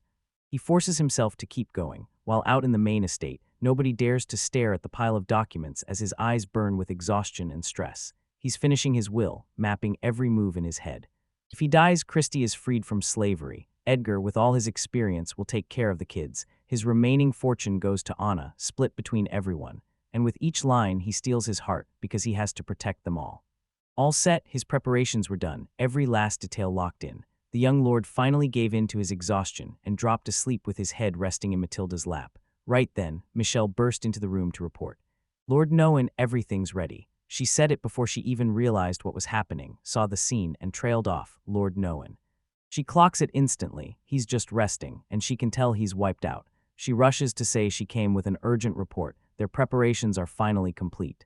Then she turns to Matilda and insists, "Let him rest, he's done for." Her eyes soften as she leans in, staring at a face that's not hers and definitely not awake, just sleeping. Matilda notices how wide open and unguarded he looks, like it's impossible for someone only 16 to hold so much. And that's when the weight hits her. He's carrying a burden far too heavy for his shoulders. Her thoughts race back to the year before, when Lord Nolan was nothing more than a nobody who never posed a threat to society, until now, as he stands on the edge of a brutal fight with bandits, risking his life to save his own and the lives of everyone under his. She leans in and tells Michelle, straight up, that the situation has flipped too hard for him to carry alone. She's convinced he's strapped with a burden way too heavy, and no matter how much she fights to help, she can't replace him. So she can only murmur. She trails off. Murmurs, fueled by that vow, leans down and wraps the sleeping gnome in a soft embrace, swearing she'll back him with everything she's got, no matter what. Michelle keeps her eyes on them with this knowing stare, then tells Matilda the truth. Lord Knowing can stay upright and carry that crushing burden only because he has her by his side. As dawn spills over the territory, a young female soldier yanks herself awake with a sharp stretch, and outside, the morning light floods the world, lighting up. State, she slips into her dark uniform and cloak in a blink. Then Christy and Rosetta come over, teasing, "Did you sleep well?" Christy, glowing with energy, nods as she asks, and Christy says her head feels clear. The soldier stands before her gathered mercenaries, bald warrior included, plus Michelle and a man in a vest, and she declares, loud and confident, that she's perfectly fine and that they crushed the preparations in their tiny window. When she spots their hard, determined stares, she leans in and asks, "You ready?" She steps into the fight with a fearless, confident grin, and then she snaps, "All right, let's give these bandits a warm." As Yuri's scouting mission kicks off, the mercenary leader stalks a fortified path toward a village. Only 31 people live there, and even fewer can fight. He's quick to spot the enemy's doing. They somehow already expect Yuri, and they've thrown up obstacles and a palisade right up. He stares at the gate, fingers tapping his chin as he grills the situation in his head. Yeah, a complete surprise is basically gone now. The defenses look thin, a few obstacles and one lone watchtower. So he decides they can be smashed through fast, with a brutal, overwhelming. With a sharp grin, Yuri slings his sword over his shoulder and roars the command to his men. "Follow me." His troops surge ahead, mercenaries roaring into battle, and then he declares it's time to finally lay out the operation too. Back with the defenders, the female soldier slams a finger on the map and lays out her plan, because they know the bandits have to squeeze through the Bezelgrave forest, cutting their routes down to almost nothing, which lets them pin the bandit force at roughly 2. Yuri faces the Grand Mansion, replaying the intel he just got, because out past the forest there's a village where farmland has been ramped up to several times the normal pace for the past 5 or 6 years, and slaves only arrived a year ago, meaning it's pure gold for the Lord. So Yuri's face tightens as he starts to wonder what brutal tactics the defenders will unleash. He'll send them in, him and his 200 men charging through the forest, until a colossal stone golem slams into their path, one blazing, eye glow staring them down, dwarfing every step. Ominously, then bam, a blinding flash tore out from the tree line, and his men scrambled to shield their eyes in shock as the sound of it cut off. And pure confusion hit them hard. Before they even caught their breath, the golem surged ahead, smashing forward with massive fists and flinging the bandits aside like fallen leaves. The second-in-command's forces erupted in shock, roaring questions as he stared at the monstrous thing, stunned by what they'd just witnessed. From the shadows, a young woman in a dark uniform stepped out like a whisper, right above her hand. A glowing magical sigil flickered to life. Yuri snapped, "A sorcerer," and she nodded, proving his suspicion she was a mercenary. She whipped around and sprinted for the village gate, shouting for the 2 beastkin women to come with her, and making it clear she was counting on them to do their part. With a communication device in hand, she fired off the news to her commander. Bart. Yuri was leading the enemy, and they'd probably brush off the golem and charge straight for the village. She laid out the plan. Once they got lured to the exact spot, she and Matilda would fall back to the gate. Bart took it in, then nodded hard and told her to carry it out exactly the way it was meant to be done. She sprinted into position on the village's wooden palisade, stared down at the charging bandits, and snapped her arm forward to shout, "Crossbow." Fire erupted, then her command snapped into action, and a storm of bolts smashed down on the bandits who didn't even see it coming. The eye-patch-wearing subordinate gawked in pure shock, blurting, What is this?" An ambush just erupted, and this armored nobleman snapped beside her, his face twisting with rage. He thundered that he'd never forgive anyone who dared cross into his domain. Then she shot back, ice cold, that his personal grudges weren't part of the plan. At the wooden palisade, the ruin hits hard, arrows scattered everywhere, fortifications soaked in blood. An older man grabs Mai and demands to know if this is all that's left of the village, and whether any wounded still breathe. Mai stares at the slaughter and realizes the truth is worse than anyone ever told her. this place of happiness, is demanding one thing now: the people have to unite or it's over. Long before that brutal showdown, Damien, goggles strapped on, sprints in grinning and hands Mai a brand new crossbow prototype, asking if she's really ready to mass produce it. Mai, with Matilda and Michelle right beside her, nods and says yes, because she'd already ordered Damien to keep refining the design, and now he's finally delivered something terrifyingly well made. He proudly rattles off its perks: lightweight, razor precise, and tough enough to chew through non-stop fire, then calls it the perfect weapon for anyone with no real training. Elsewhere, Mike goes after a mercenary leader, Yuri, and his companion, while she fires back that she's asking for their judgment as former captains because the domain's people barely know war and are living inside a peaceful dream. She locks eyes with him, pushes him to explain why anyone would build hundreds of these crossbows, and then hits her point hard. These weapons could give the whole domain a fighting chance, helping them survive and defend themselves. Yuri stands in front of a practice target hammered full of bolts, flashes a confident grin, and answers right away, fully backing the weapon's potential. With her expert approval locked in, my world backed to Damien and started weighing her next move. At first, she was ready to commission 20 crossbows. She snaps her decision around, a fierce grin blooming across her face. "I want 50 of the mass-produced ones," she declares, and with that many, she's sure they can hold the domain against any danger that comes knocking. And now the orders hit, right on cue, because from the palisade, a devastating volley of bolts erupts and mows down the attacking bandits with ruthless precision. Behind the defensive wall, Damien bursts with pure exhilaration, his eyes blazing with excitement at the sheer success of his creation. Then he barks warnings at the other defenders, yelling for them not to get shot or let victory get them too reckless. As the volley finally dies down, one of the defenders rushes over and hauls Damien up while he's still kneeling, gasping for breath. The man warns that they're in real danger if the enemy starts aiming for their footing, and Damien shoots back with a grim nod. Yeah, that threat is terrifyingly serious. On a battlefield strewn with his dead men, the bandit leader stares at the wreckage after that crossbow volley, and grimly realizes the only targets left are his last surviving bandits, and one massive golem standing there like a wall. He kneels beside a comrade who's fading out, then coldly weighs the horrifying idea of using the dead as shields. His tactical thoughts collapse the moment the golem crushes another of his men. He yells a frantic warning for the rest to scramble away from the thing. With a last-second, desperate lunge, the bandit leader grabs Damien and slams him into a crushing chokehold. With the hostage locked in place, his subordinates snapped for orders. Bloodied but unshaken, the leader gritted, "We've come this far, now we break that gate and press forward." He tightens his grip, and horror hits him in waves. This is only the first goal Damien has to fight, as his captor snarls and grunts in frustrated rage. As the standoff drags on, reinforcements finally slam into the scene. Then she flashes through the bandits like a ghost, her blade whipping in a blur as she drops them one by one with ruthless precision. Then another soldier rockets into the chaos, slicing off an attack with her sword, while down below and out of everyone's sight, Christy, the young girl, starts weaving a dangerous, intricate spell as her hands glow with raw magical power. Once the spell finished, a brutal surge of power slammed into the golem, lighting its single optic with a savage glow. Then it lunged and crushed the head of a nearby band member in a violent instant. Bandits beware, because now it's berserk. The golem unleashes pure, mindless rage on the rest, smashing through their ranks and tearing them apart. Its rampage kept tearing forward, an angry whirlwind of stone and fury mowing down the bandits. In the middle of the chaos, their leader screamed, desperate and shaking, blade poised, begging for even one opening, one scrap of escape. Then his men crumpled around him, and one doomed thought hit like a punch: "Is this where we?" And just like that, he tried to slam the door on his old life, finally finding a place where nobody knew him, a quiet shot at peace to bury the past. But it was a cruel setup. He realized he was being punished, and the happiness he once had was getting ripped out of him. This hit him like a punch. His face snapped into a mask of pure rage. He clenched his teeth, sweating hard from effort and fury, because once again, everything he'd tried to build was getting ripped out of his hands.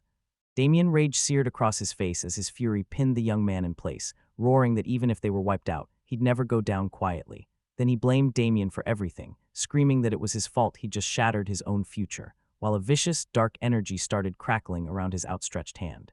He lunged forward, face twisting as power flooded his body, and Christy snapped to it at once, body-strengthening magic. With a vow to wipe them out, the bandit leader slammed his sword down, his whole form now radiating a terrifying, menacing. Aura surged, but before that blade could land, someone ripped into the fight. A young woman with rabbit-like ears appeared out of nowhere and smashed the attack aside with a devastating kick, sending the bandit leader stumbling backward. Backward, she slammed into the moment, calling herself an eyesore and swearing he'd regret ever stepping into her life. Then with iron determination, she surged forward to land the blow. Again, her charge swept her past the bandit and right toward Christy. She pulled the younger girl into a fierce protective hug and swore, with shaking conviction, that staying here and fighting by her side was the only happiness she'd ever want.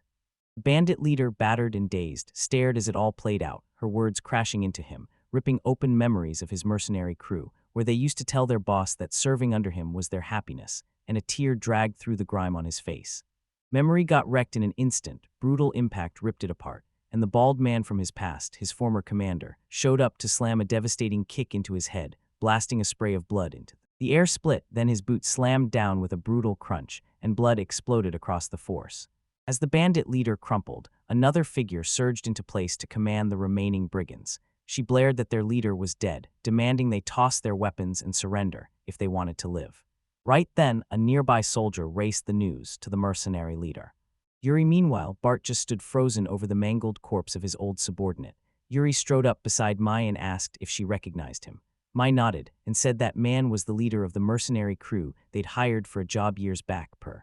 I told Bart back then you didn't wear a face this grim, and he nodded right away, admitting his expression has now gone. Scanning the chaos around them, Bart paused and stared at their situation like it hit him hard. Yeah, he honestly said they were damn lucky to have crossed paths with Lord Knowing, and everyone else seemed to feel the same way. Elsewhere, one of Knowing's soldiers stared at the recent events with a grim, heavy seriousness. With no time to waste, she darted to her commander and shouted for Lord Noah, announcing an urgent report about Bart and a road patrol. And when Noah asked whether more bandits had shown up, she cut him off to say that wasn't the situation. A soldier snapped that a pack of heavily armored knights had been lurking near the village, watching from afar, then slipping away, eyes on her as she realized it could only mean one thing: Viscount Cone's soldiers. Connacht's army. A few days later, inside Viscount Connacht's own domain, the tension started to boil. Mounting pressure filled the air, and all eyes locked onto the Lord's icy, commanding presence. Viscount Connacht sits there with his hands clasped tight, his face set in pure stress and fury as he stares at what just happened, then blurts out, "How the hell did it come to this?" He remembers how smart this all started. People whispered that the bandits weren't marching for his lands at all, but for the Ilquist domain, so he sent out scouts. Then on that fateful day, a report slammed in bandits had crossed into Viscount Ilquist's territory. Knitz didn't hesitate. He saw his opening to strike while Ilquist's people were already under siege, and he immediately rallied his troops to attack the bandits. From the back, he smirks and admits his troops could be grumbling about the sudden mobilization, but he brushes it off, saying the cost is tiny as long as they're still alive. Sure, the official story is rescue the Ilquist domain, but the truth is uglier. He's aiming to take the stronghold for himself. It dropped right in front of him, and just like that, his dark spiral gets yanked apart by a bright, cheerful voice. A young woman in a uniform steps in with a wide, smug grin, calling out to him like she owns the room. "It's been a while, Viscount Connacht," she says, clocking his surprisingly good health. Then the Viscount's face twists with shock as she adds, with total, triumphant finality, that Lord Ilquist is involved. In a grand, sunlit room, a tense meeting is already roaring under the surface. Lord Noah and Ilquist sit on the sofa like they own the moment, calmly conjuring tiny, shimmering bubbles of magic. Across from them, Viscount Arnold Knitz raises his teacup and sips. His face stays unreadable. Behind them, both retinues hover in tight formation, their hostility hanging in the air like a loaded trap. He watches Known, who won't touch the drink at all, his face set in pure vigilance, and the young lord's thoughts snap the suspicion into place.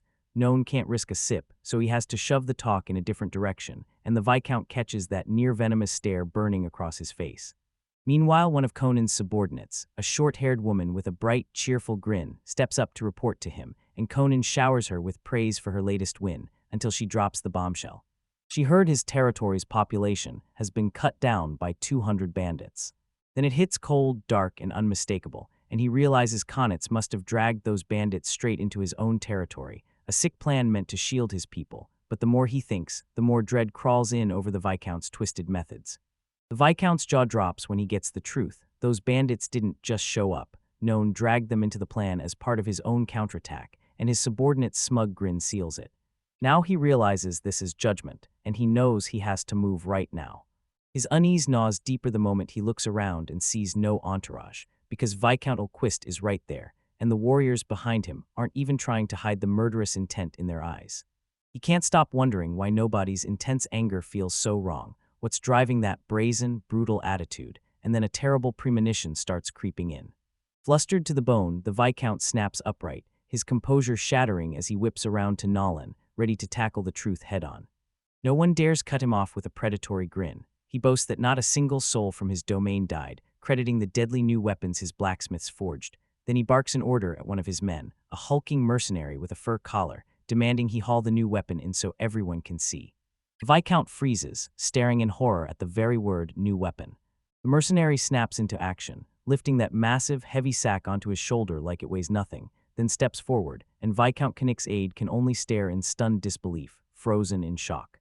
The mercenary slams the heavy sack onto the floor with a brutal thud, and Lord Conan's two aides jerk back in panic.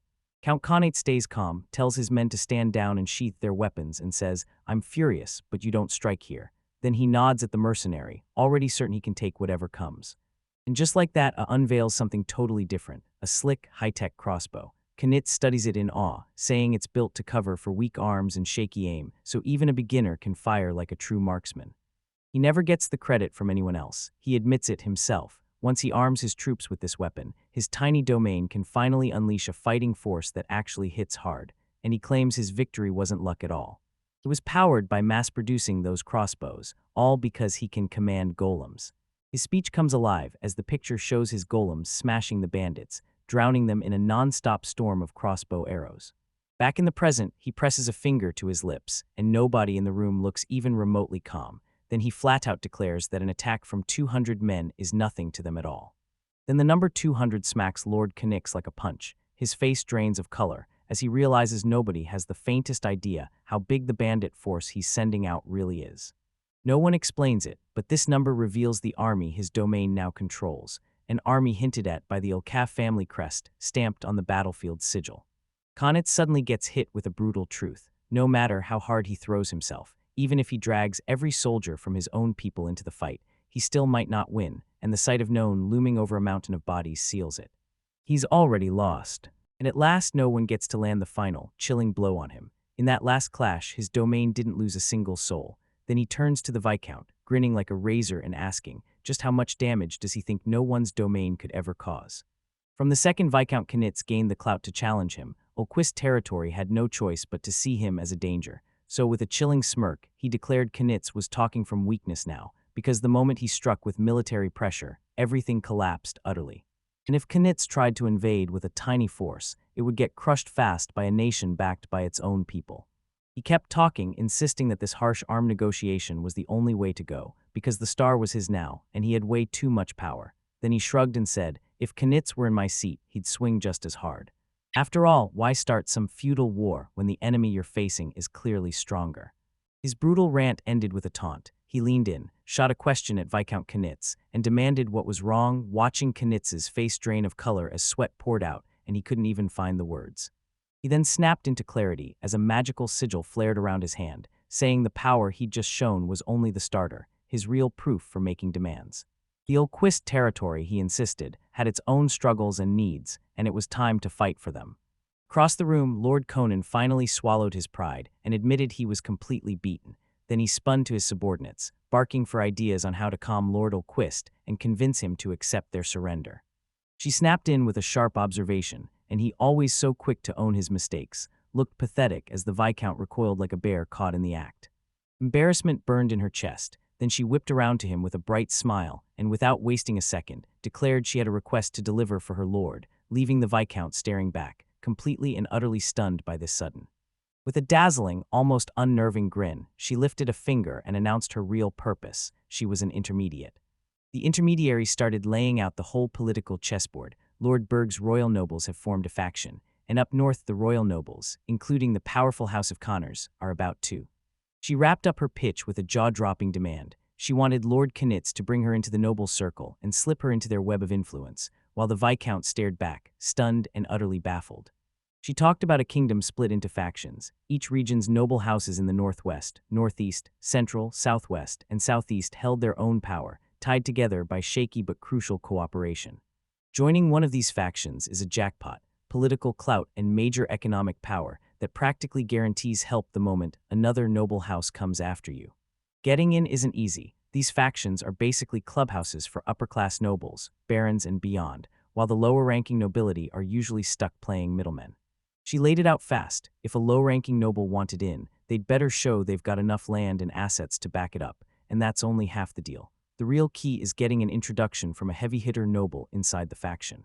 Then she smiled and pointed out the perfect setup. The bandit purge already gave them the excuse. All that was left was for None to step in and play the introducer, formally requesting that he take on his. She kept talking, pointing out that her own place, Tsuchimikado, sits at the very bottom of the noble ladder, and her domain is still barely standing. And then she declared that if she allied with the Northwestern Kingdom, she'd finally get the protection she needed to turbocharge her own houses too. Development, with a smug confidence, she asked for his help, swearing she'd keep quiet about the strategic secrets tied to his domain. No one else would ever hear a word. No one even bothered to entertain her plan, yet for him, the perks were huge, and for her the request was effortless. It clicked fast. This was the perfect move for both of them.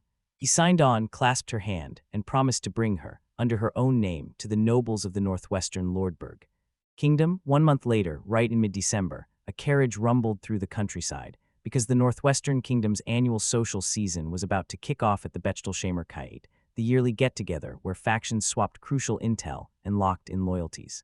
Bonds, the moment the carriage, borrowed from Konitz, rolled toward the Bechtelschämerkeit estate in Victoria, she leaned in at the window, eyes sharp. From House Tsuchimikado, she stared out and thought that gathering every noble from the northwest was the perfect stage to unveil.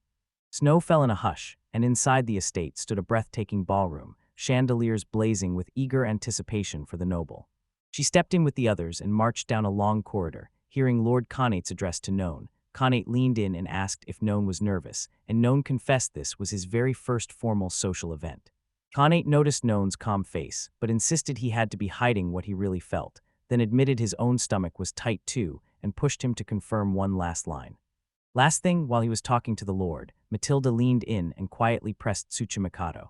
Was she really sure about letting None's slave do the introductions? Tsuchimikado brushed it off fast, saying everyone already knew where she stood with None, and that if she kept her mouth shut, then any mess in the introductions wouldn't be her.